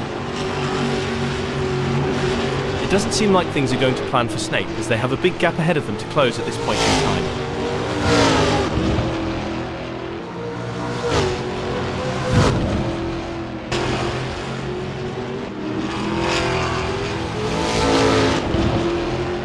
It looks like Mole is pulling away from Rich. The gap is continuing to grow as they head through Marina. Look at the way the drivers are hugging those corners. It's like they're on rails. Speaking of rails, did you know that the first racetrack was built on a railway in 1896? I bet those drivers were chugging along. Haha, I bet they were, but things have come a long way since then, haven't they? Definitely. It's amazing to think about the technology that goes into these cars now. I mean, they have more computing power than some countries. Rich Snape has a mountain to climb at them. Stop the press now. I may be wrong here, but I'm not sure that's the racing line. The gap between the mid-table bandit and fourth and Martin Mole remains over a second, but the mid-table bandit is not letting up. They're pushing hard and looking for any opportunity to close that gap up. Can they pull it back in the remaining 2 minutes?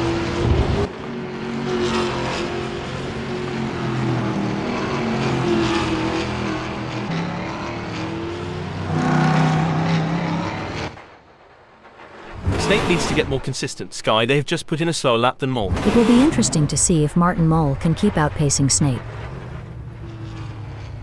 A strong showing from Jimmy Lindo, who is currently 9th. Disappointing for Lindo, they now find themselves in 10th.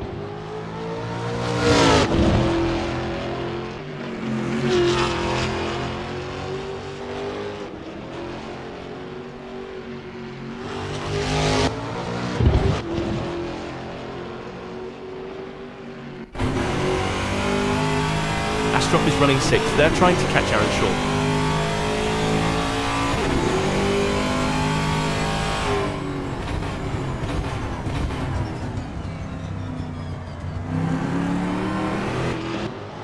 It looks like we might get a battle between Astrop and Aaron.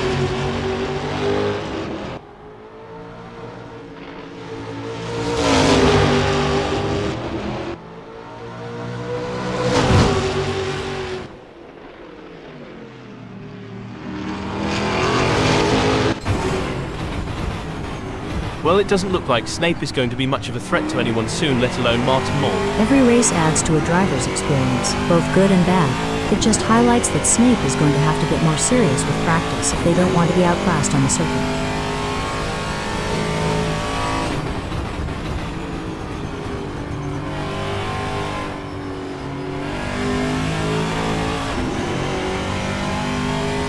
The best laid plans of mice and men are Sky, but it's certainly not going to plan for Rich right now as they're struggling to keep up with Martin Mole. This is a tough situation for Snape. They need to find a way to pick up some speed and close that gap. It's a battle of wills out there, with John Astrop trying to outsmart and outmaneuver Aaron Short. The gap is slowly closing, but time is running out when we see a dramatic finish to this race.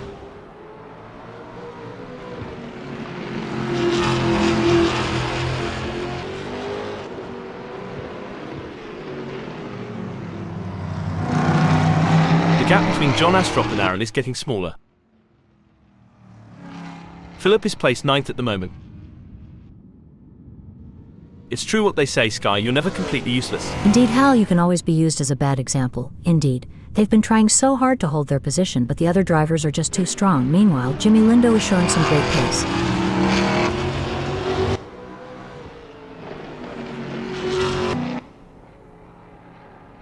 Hold that thought, hold the phone. Cox is pulled into the pits. The tension is building as Rich Snake trails behind Martin Mole. The gap is slowly but surely decreasing and the pressure is mounting. Can Martin Mole hold on, or will Rich Snake be able to close them down?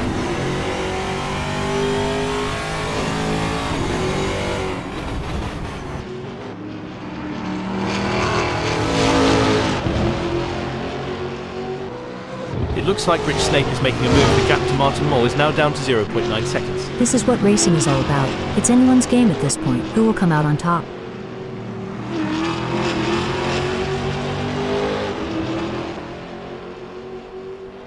This is where the skill and experience of the drivers really come into play. John will need to stay focused and keep pushing, even when the gap seems insurmountable. It's not over until the checkered flag drops. Indeed, the tension is palpable. Hold on a moment, that won't be ideal for Coxes.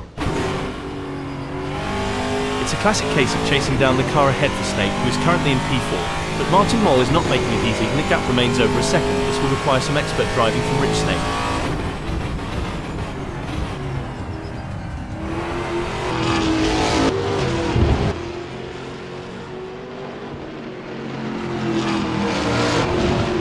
The gap between Not a Real Professor and Mole is widening. It's now up to 0.9 seconds.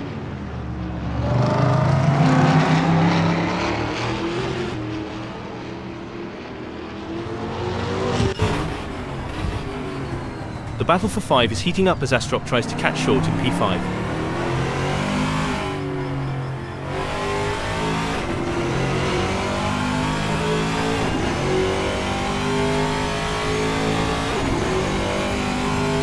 It's game on now. Astrop has closed the gap to Aaron Short. It's now down to 0.1 seconds.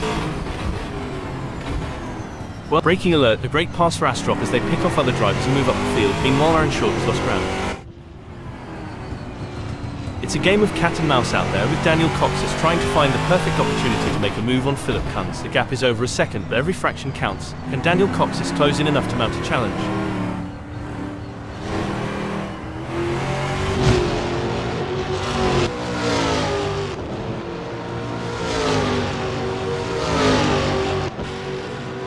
The gap between Daniel Coxes and Philip Kunz is growing. It's now up to 1.5 seconds. Coachish needs to focus and keep pushing, even when things aren't going their way. If they can close the gap down, they may be able to bring the fight to Philip Kunz.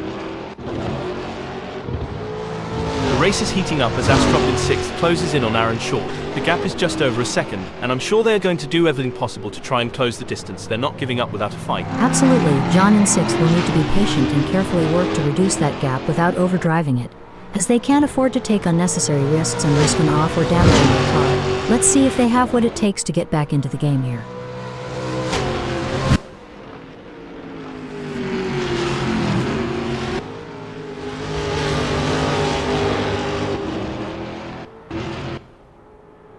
Good news for John Astrop, the gap to Aaron Short has decreased. It's now down to 0.7 seconds. That's a great effort from Astrop.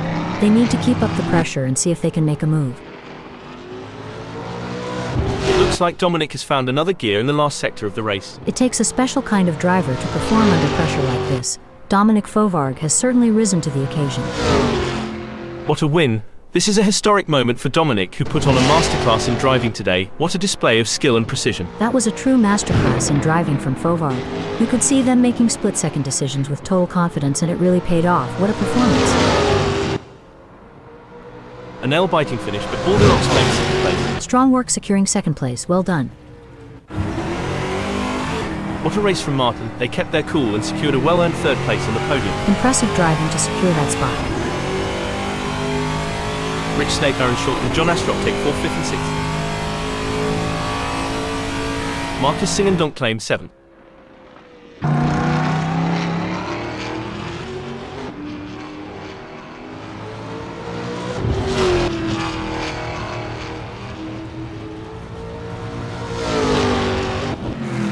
With David Constable Berry in 12th. Philip Kunz brings home 8th. followed by Daniel Coxis in ninth.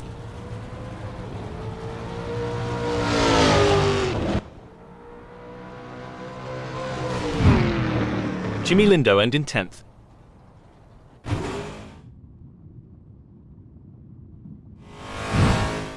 In 11th, it's Mac McFarquhar.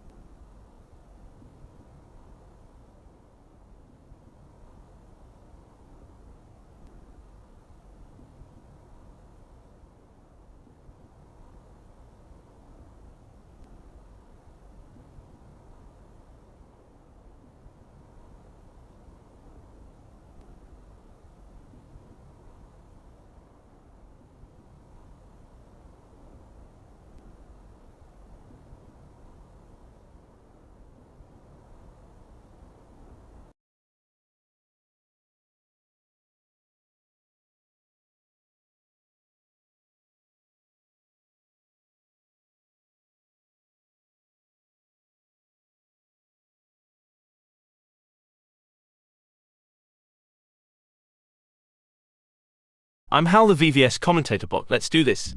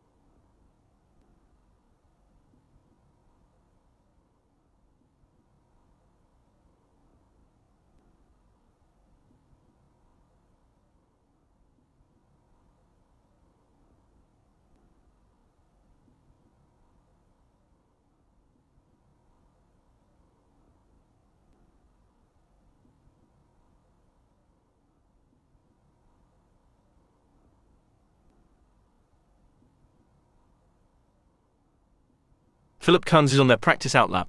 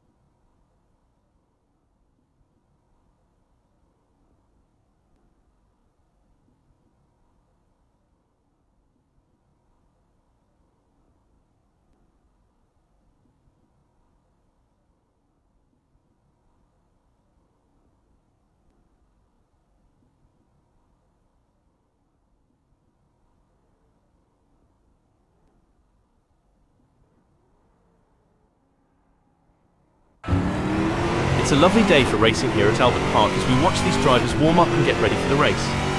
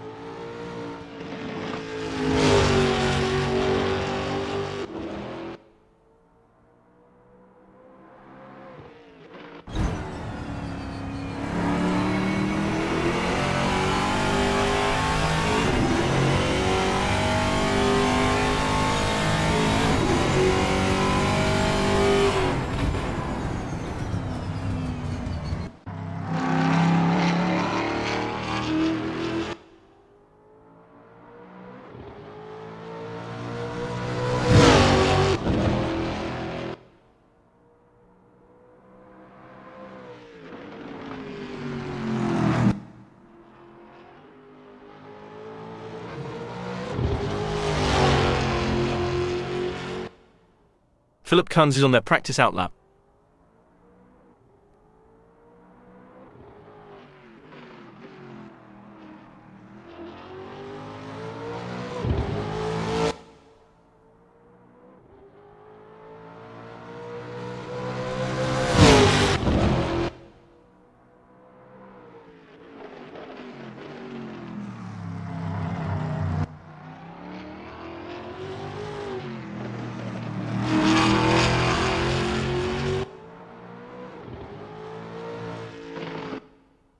It's a lovely day for racing here at Albert Park as we watch these drivers warm up and get ready for the race.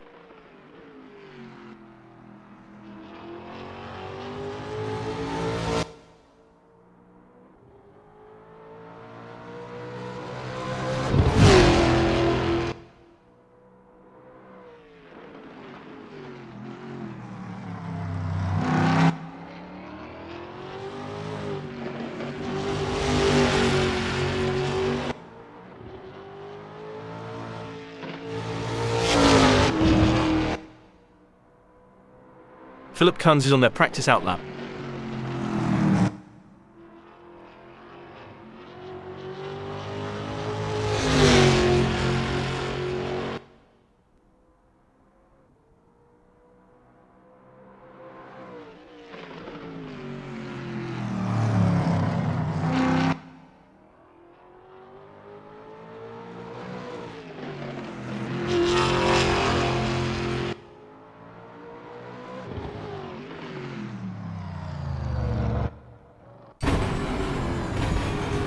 Aaron Short is in wait.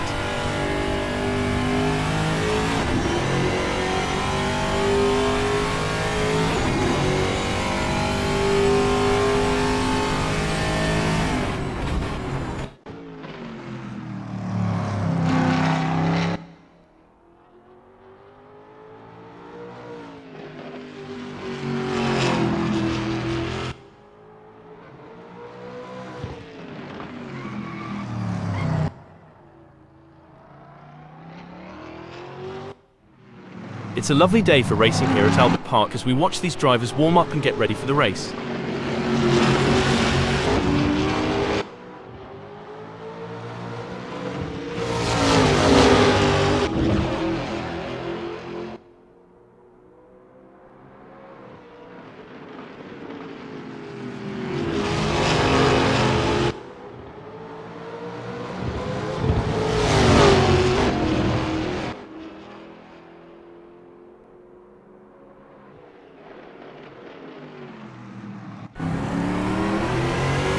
Short is getting to grips with the VRC ARC PA2 Chevrolet Gen 6 in this practice session.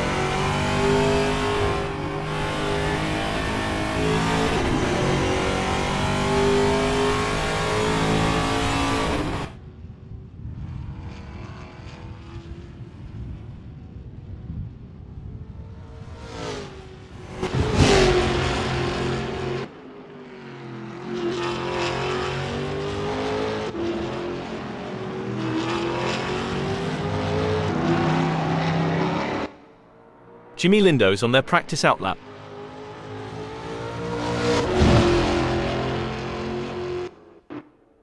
It's a lovely day for racing here at Albert Park as we watch these drivers warm up and get ready for the race.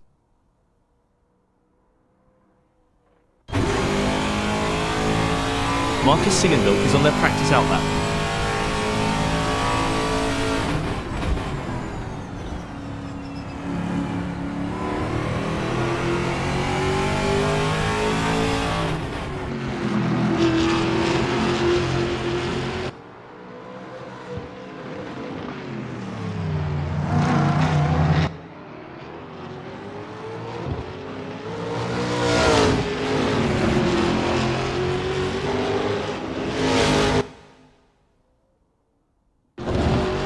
It's a lovely day for racing here at Albert Park as we watch these drivers warm up and get ready for the race.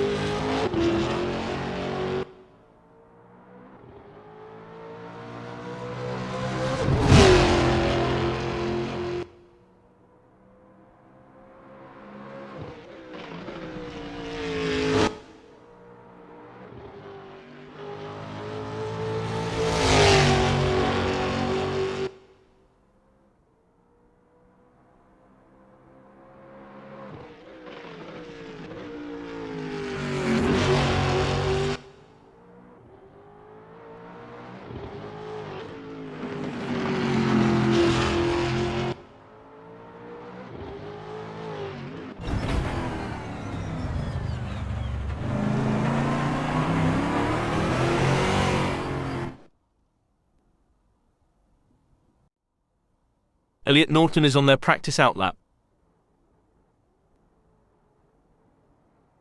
The engines are revving up and the drivers are ready to hit the gas pedal for this qualifying session at Albert Park. I think there's a few drivers out there with the pace to stick in on pole. The adrenaline is pumping. Daddy Dave is on their outlap, warming up the tyres and getting ready to put in a fast lap time.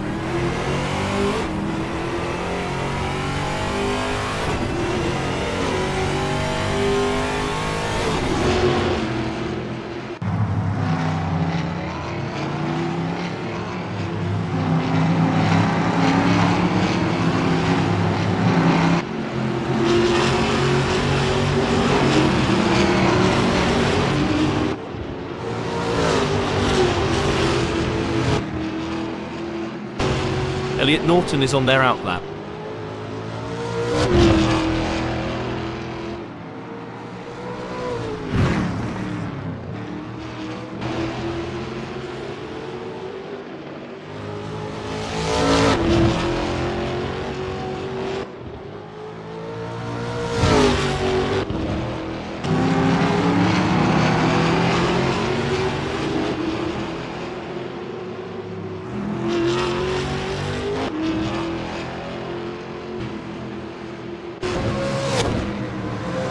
It looks like Lindo is getting ready to make their move. They're taking their time to warm up those tyres and get everything just right. Patience is key in these early moments, Hal. But I have a feeling Lindo is going to make it count.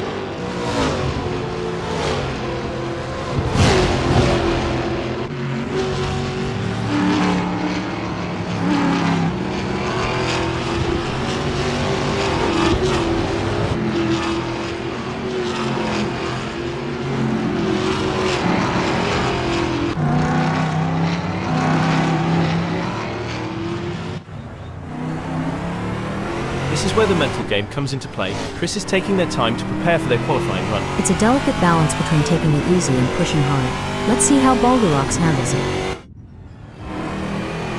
You can feel the tension building. Short is out on track and getting ready to push for their qualifying time. They will want to get a good gap established for their first flying lap.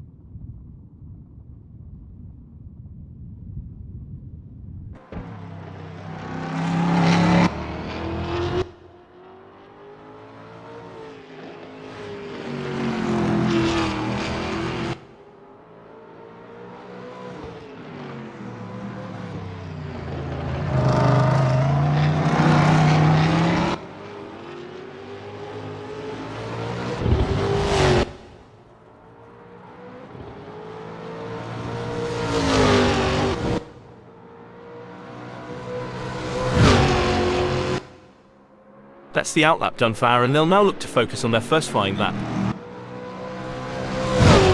It's all about strategy in these early moments. Constable Berry has completed their outlap. The adrenaline is pumping. Stokes is on their outlap, warming up the tyres and getting ready to put in a fast lap. Chris crosses the start-finish line at the end of their outlap. David has positioned themselves well in third during qualifying. The challenge now is to assess their competitors and strategize how to move up the order for a better race start. Great analysis, Hal. David has shown excellent pace to secure third. Now the focus shifts to whether they can use their track position to their advantage in the race. Aaron has put in a great effort and currently holds 8th. With the session winding down, can they unleash their full potential and improve their starting position? Absolutely, Hal. Aaron Short has put in a remarkable effort to secure 8th. The competition is fierce, and they'll need to stay focused to defend their position.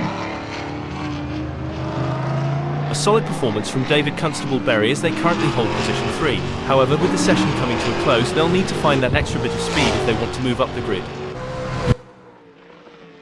Impressive work from Aaron Short, who has claimed 8th on the grid. Now the focus is on maintaining their composure and pushing for an even better starting position.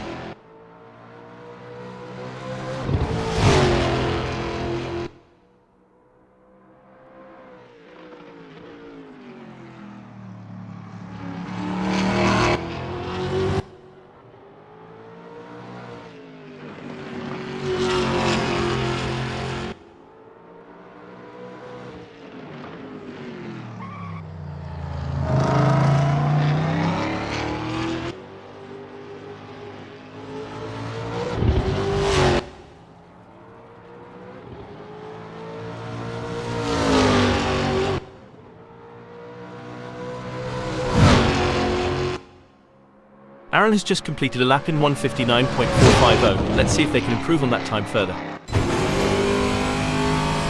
A strong showing from McFarquhar as they currently sit in 6th. McFarquhar has completed their first flying lap in 1:57.748. It's an impressive showing by Chris Stokes. As Baldilocks completes their outlap, there will be HPOING. They have given themselves enough space on track to fully attack for their first flying lap. What a performance from Rich Snape.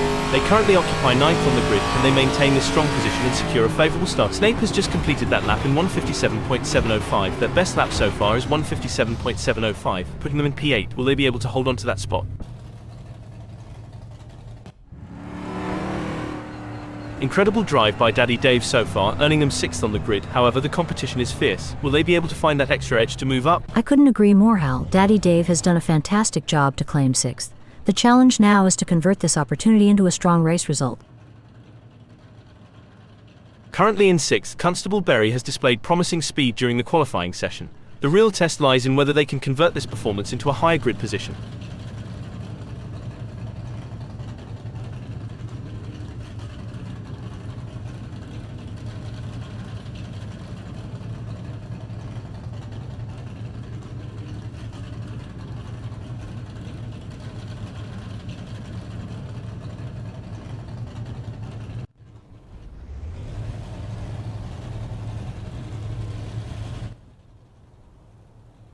There's a little bit of wind in the air today here at Albert Park as we're getting ready to get things underway. John Astrop has got the inside track starting from pole position. Sitting in 2nd, it's Philip Kunz. Philip will be expecting to bring home solid points. We see Elliot Norton sitting in the 3rd spot. I think we are all looking forward to seeing what Elliot Norton can do from here. As the drivers prepare to take off, Jimmy Lindo sits in 4th place on the starting grid.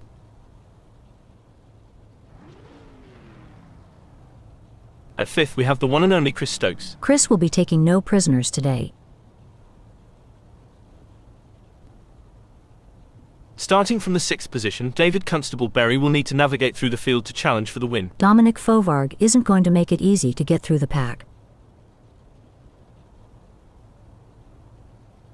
From the middle of the pack, we have Dominic Fovarg in 7th place on the starting grid. Rich Snape is lining up 8th. They will be looking for some good points towards their C-Class campaign today. In the middle of the pack, we have Mac McFarquhar starting from the 9th position on the grid. McFarquhar in a class. Lining up in 10th is Aaron Short. But if they can find their rhythm early on, they could be a real threat. Starting from 11th on the grid is a tough ask for Martin Moll, but they're up for the challenge. Daniel Coxis has got their work cut out for them starting from 12th on the grid. Daniel will be hoping for some good points today. Starting from 13th on the grid is a decent position for Marcus Singendonk, all things considered. Where can Marcus finish today?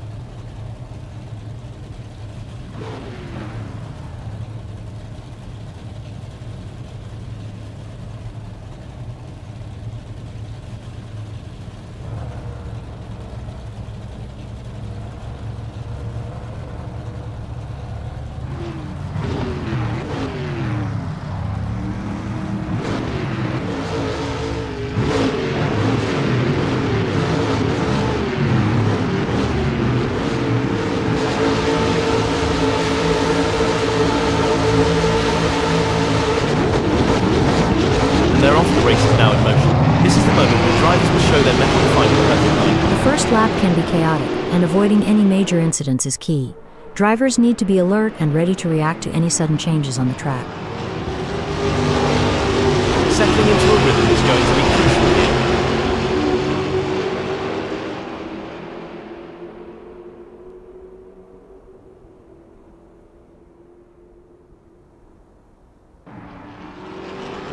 Is there a better sight than a field of elite racing drivers battling for position?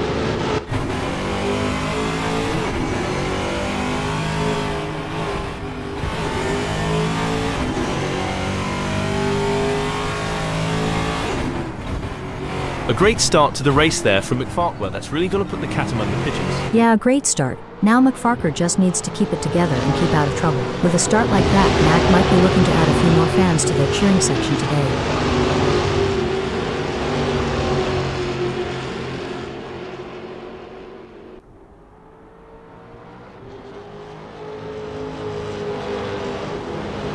Lord Farquhar is tearing up the track, making up positions like they're going out of style. A fantastic start there indeed, but the first lap can be very scrappy. Let's hope they can hold on to that place.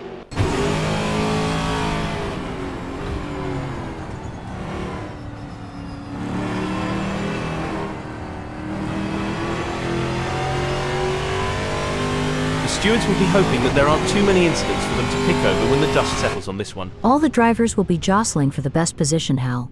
Some of them may not make it to the second lap in one piece.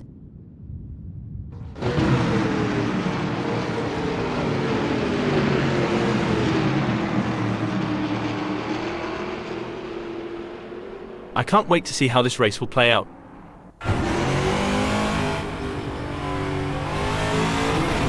There's not much to report on from Lindo at the moment. They're just keeping their head down and putting in consistent laps. Sometimes that's all it takes to secure a good result. Lindo just needs to stay focused and avoid any mistakes. Sky, what's the impact of tyre degradation on race strategy? How does it affect a driver's approach to the race? Tire degradation plays a crucial role in race strategy now. Teams and drivers have to consider the optimal time to pit for fresh tires and adjust their race pace to balance speed with tire conservation. It adds another layer of complexity to the racing challenge. Oh, this is getting intense. Daniel is just a few car lengths behind Dominic.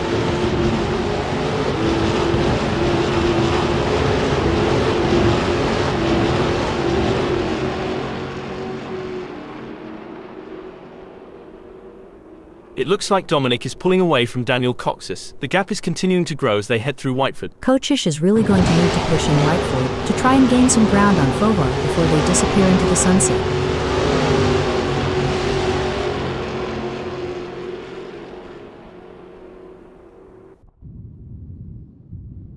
It's a thrilling pursuit as Singendonk is right behind David, keeping the pressure on for 10th place. You know what they say, keep your friends close and your racing rivals even closer. Looks like Singendonk is taking that advice to heart today.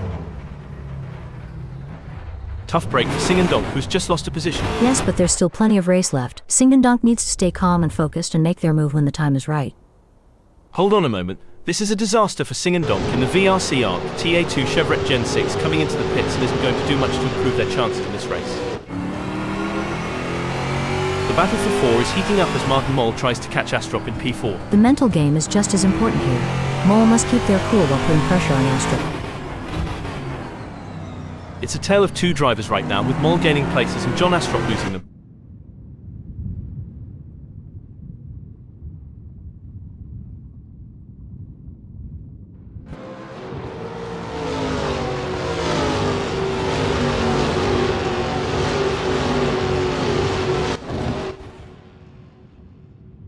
The gap between Constable Berry in 10th and Jimmy Lindo remains over a second, but Constable Berry is not letting up. They're pushing hard and looking for any opportunity to close that gap up. Can they pull it back in the remaining 15 minutes?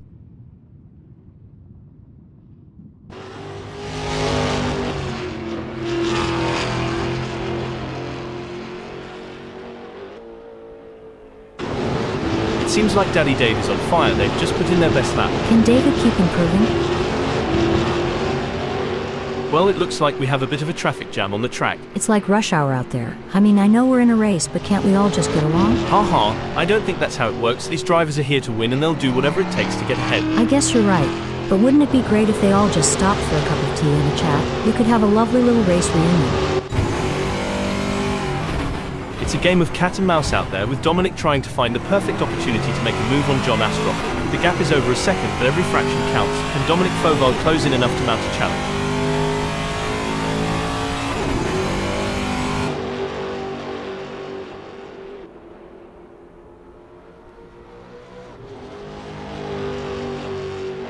A top lap time there from Fovard, setting their fastest lap of the session so far. If they can keep up that pace or even improve it, then this could make Dominic Fovard a real challenge for John.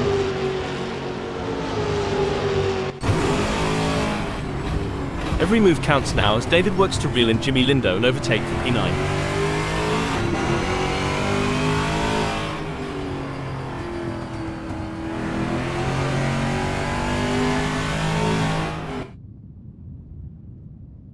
The drivers are getting faster as they settle into their cars and get used to the conditions, with Constable Berry just putting in their best lap so far with a 1 minute. Things are hotting up now, Hal, and it'll be interesting to see if they can improve further on that time.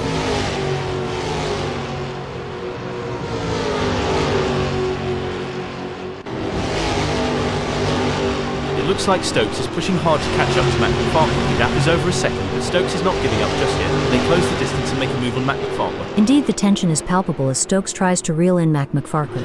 But Mac McFarker is not making it easy, maintaining a consistent pace. Can Chris Stokes find some extra pace to bring the fight to Low Farquhar?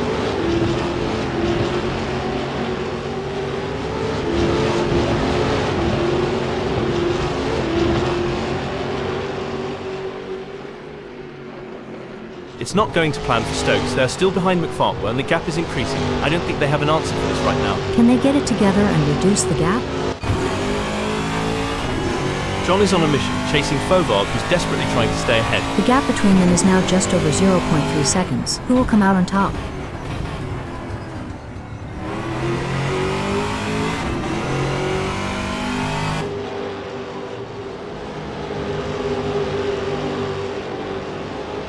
John needs to get more consistent. Sky, they have just put in a slower lap than Dominic. Can John turn this around?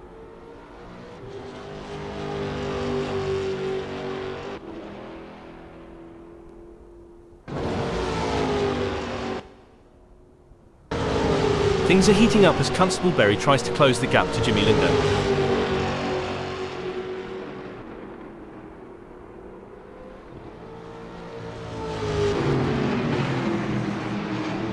Fantastic move from David, who has just gained a position. Yes, David is driving with real focus and precision, and it's paying off.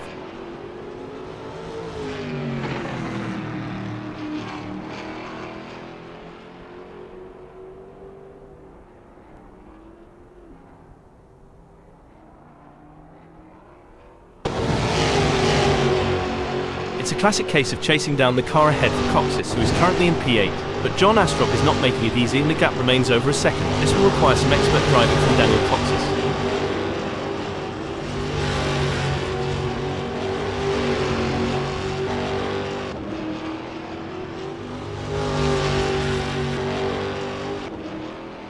Daniel Coxis is trying their best but can't seem to find the pace to keep up with John at the moment. This is where the mental toughness of coaches comes into play. They need to stay focused and keep pushing even when things aren't going their way.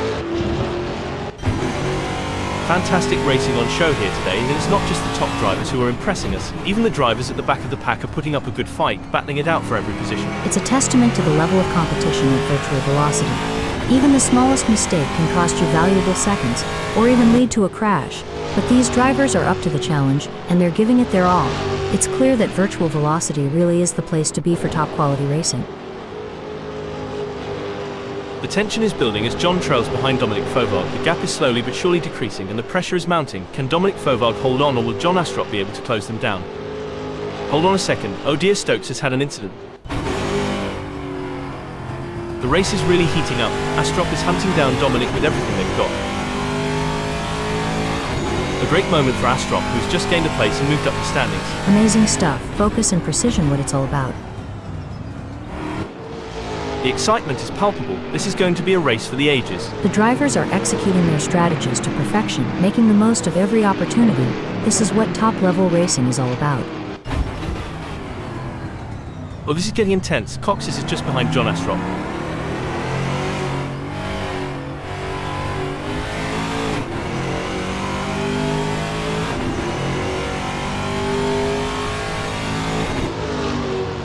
best laid plans of mice and men Husky, but it's certainly not going to plan for Cox's right now as they're struggling to keep up with John Assetto.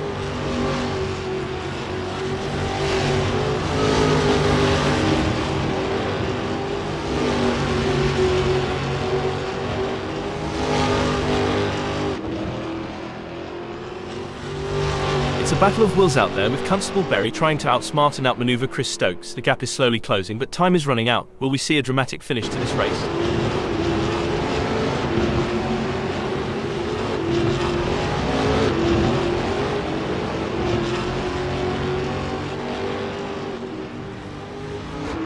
The gap between Daddy Dave and Chris is growing. It's now up to 0.6 seconds. It's not over yet, but Constable Berry needs to get a move on if they want to catch up to Stokes. A brilliant maneuver from David, who has just moved up the field. That's what we like to see. Daddy Dave is really showing their class today. This is where the skill and experience of the drivers really come into play. Chris will need to stay focused and keep pushing. Even when the gap seems insurmountable, it's not over until the checkered flag drops.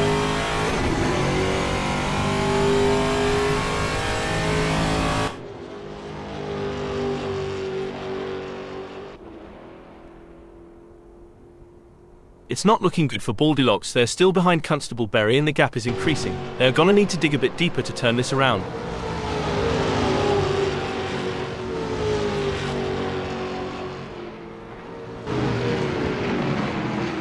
The race is heating up as Daniel Coxis in 7th closes in on John Assetto. The gap is just over a second, and I'm sure they're going to do everything possible to try and close the distance. They're not giving up without a fight.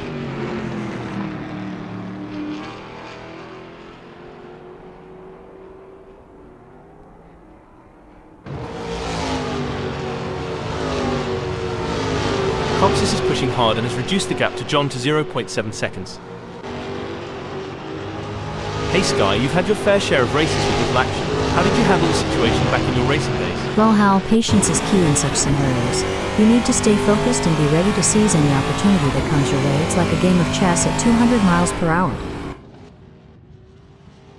The crowd is on tenterhooks as Stokes in 9th chases after David Constable Berry. The gap is just over a second and you can feel the tension in the air. Can Chris Stokes find a way to catch up?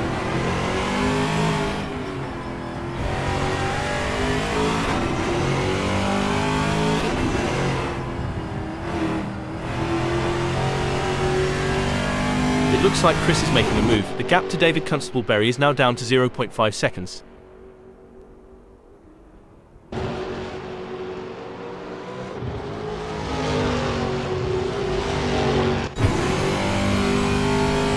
The gap between McFarquhar in 2nd and Elliot Norton remains over a second, but McFarquhar is not letting up.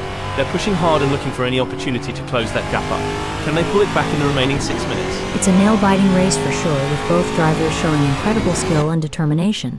But Elliot Norton is not going to give up their position easily. This is going to be a battle to the very end, with Mac McFarquhar in P2 doing everything they can to catch up. Stop the press. Looks like that's a mistake from Daniel Coxis. This could be costly. It's a classic case of chasing down the car ahead for Mac McFarquhar, who is currently in P2. But Elliot Norton is not making it easy, and the gap remains over a second. This will require some expert driving from Mac McFarquhar. Absolutely. Mac in 2nd will need to be patient and carefully work to reduce that gap without overdriving it, as they can't afford to take unnecessary risks and risk an off or damaging their car. Let's see if they have what it takes to get back into the game here.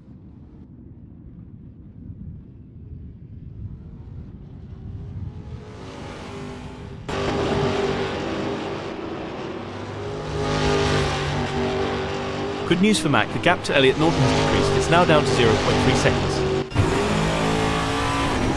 Things don't seem to be going Dominic Fauvart's way in this race, as that's a big gap they'll have to close to even be in with a shout for gaining a place here. It's not over till the checkered flag drops though, and it's important they don't lose concentration at this point.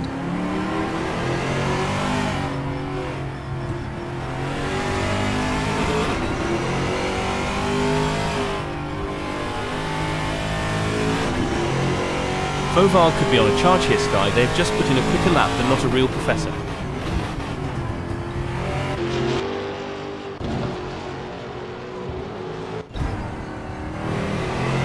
It's a game of cat and mouse out there, with Mac McFarquhar trying to find the perfect opportunity to make a move on Elliot Norton. The gap is over a second, but every fraction counts. Can Mac McFarquhar close in enough to mount a challenge?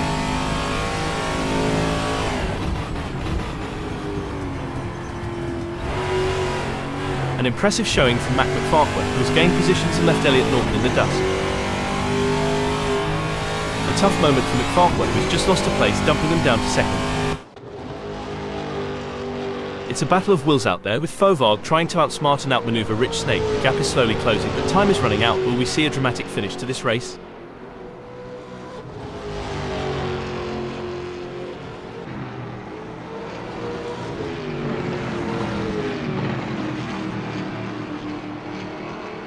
It's game on now. Dominic Fauvargue has closed the gap to Rich. It's now down to 1.2 seconds. In your experience, Sky, what was the most challenging aspect of maintaining concentration during a race? The most challenging aspect, Hal, was managing the various inputs and distractions during the race, from radio communication with the team to monitoring car performance and race strategy. It's a delicate balancing act that requires immense mental discipline. The gap between Elliot Norton and Lord Farquhar is pretty substantial right now. It's probably going to take a mistake from Elliot to even allow Mac to get a look in. Every race adds to a driver's experience, both good and bad. It just highlights that Mac McFarquhar is going to have to get more serious with practice if they don't want to be outclassed on the circuit.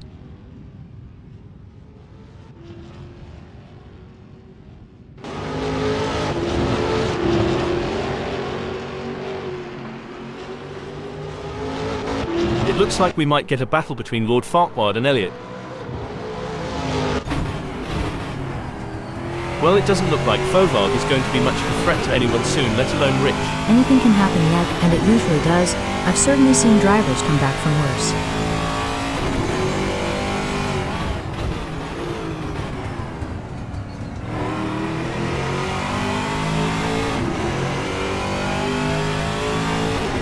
Dominic has just put in a faster lap than not a real professor, so that's going to give them something to worry about.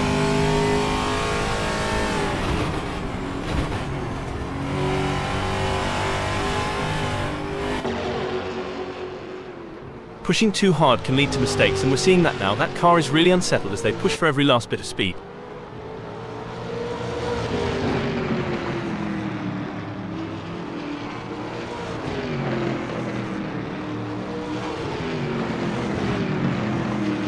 The gap between Lord Farquhar and Elliot is widening. It's now up to 0.8 seconds.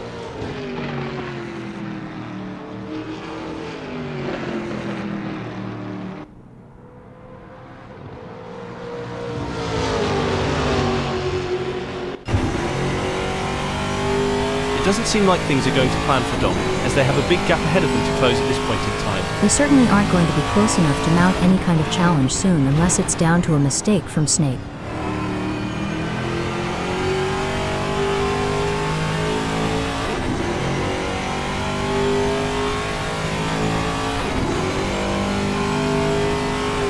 Fauvargue appears to be losing ground on Rich. They will need to pick up the pace a bit as they head into Auto Drive and see if they can get a good exit and gain some ground. It's not ideal for Dom, but they can still turn this around. They need to focus on their own driving and not let the gap get any bigger.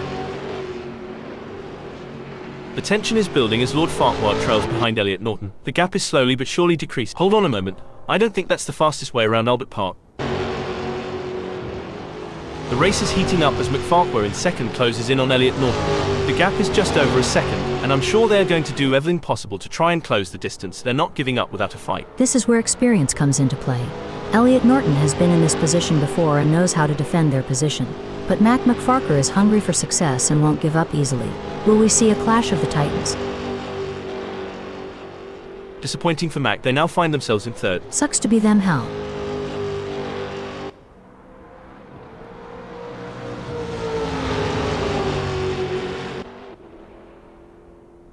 The crowd is on tender hooks as Fauvargue in sixth chases after Rich Snake. The gap is just over a second and you can feel the tension in the air. Can Dominic Fauvargue find a way to catch up?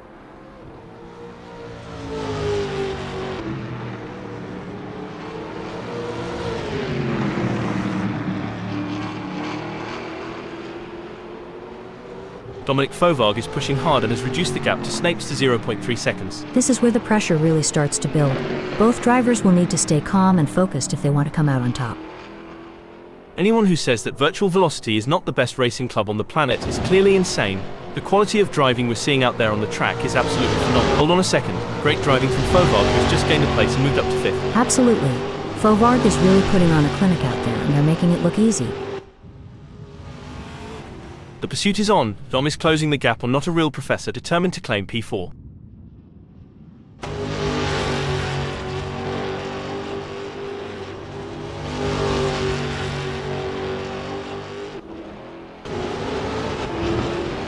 It looks like Snape is pulling away from Dominic. The gap is continuing to grow as they head through Sports Center. As the race settles down, the drivers are really going at it. It's like watching a high-speed game of chess. One wrong move and it could be game over, but these drivers are masters of their craft, always thinking 3 steps ahead. That's right, and with the way they're maneuvering those cars, it's like they have superpowers. It's almost like they have the power of flight, but instead of flying, they're speeding down the track like rockets. I wonder if they have any spare rocket boosters for sale. Mac appears to be trying to find a way around Norton. They could make a move on them in Fittipaldi.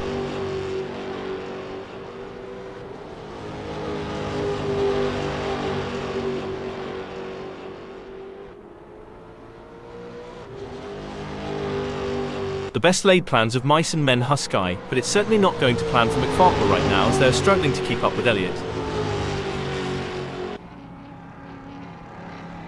Breaking alert, Daniel Coxis is in the pits.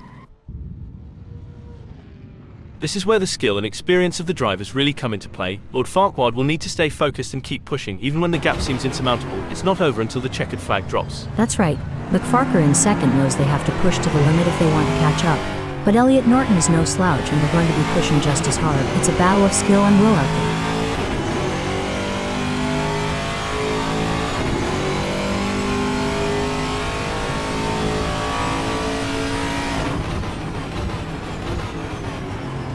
It looks like Mac is making a move. The gap to Elliott Norton is now down to 0. Breaking news, folks, Daniel has pulled into the pits.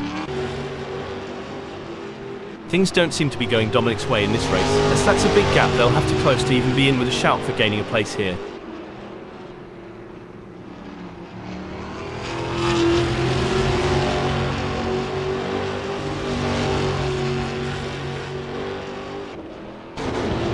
Good news for Dominic, the gap to Rich has decreased. It's now down to 0.8 seconds.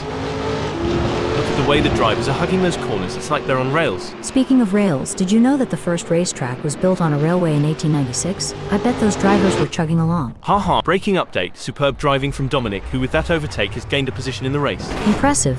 Dominic is really showing their skill and determination out there. Snape is placed third at the moment. They're hoping to keep their distance ahead of Mac McFarquhar, who is 0.5 seconds behind. Surely they've got enough in the tank to pull away. Gonna be interesting to watch this battle unfold. What a move, Rich has moved up to second. The drivers are really pushing their limits out there on the track. It's like they're trying to outrun the laws of physics, but we all know that's impossible, or is it? I mean, we're a couple of AI commenting on a race, anything can happen. Haha, you have a point there, and speaking of pushing limits, these cars are breaking records left and right. They're so fast, it's like they're breaking the sound barrier, or at least the speed limit. I hope the police aren't watching. Hold on a second, heartbreak for Snape as they slip down the field. The gap between McFarquhar and Astrop is pretty substantial right now. It's probably going to take a mistake from Mac to even allow John to get a look in. It's not over till the checkered flag drops though, and it's important they don't lose concentration at this point. It's like Norton has saved all their energy for this final stretch.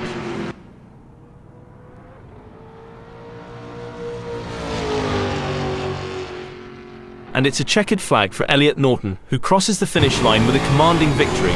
What a phenomenal performance, absolutely dominant today. What a fantastic race from Dominic Fauvargue, who brings it home in second place. Intense race, but Dominic Fauvargue held their nerve and earned a great second place. Impressive drive from Rich to claim the final spot on the podium. Coming in 4th, 5th, 6th and 7th we have Martin Moll, John Astrop, David Constable-Berry and Mac McFarquhar. Followed by Daniel Coxis in 9th. Chris Stokes in 8th.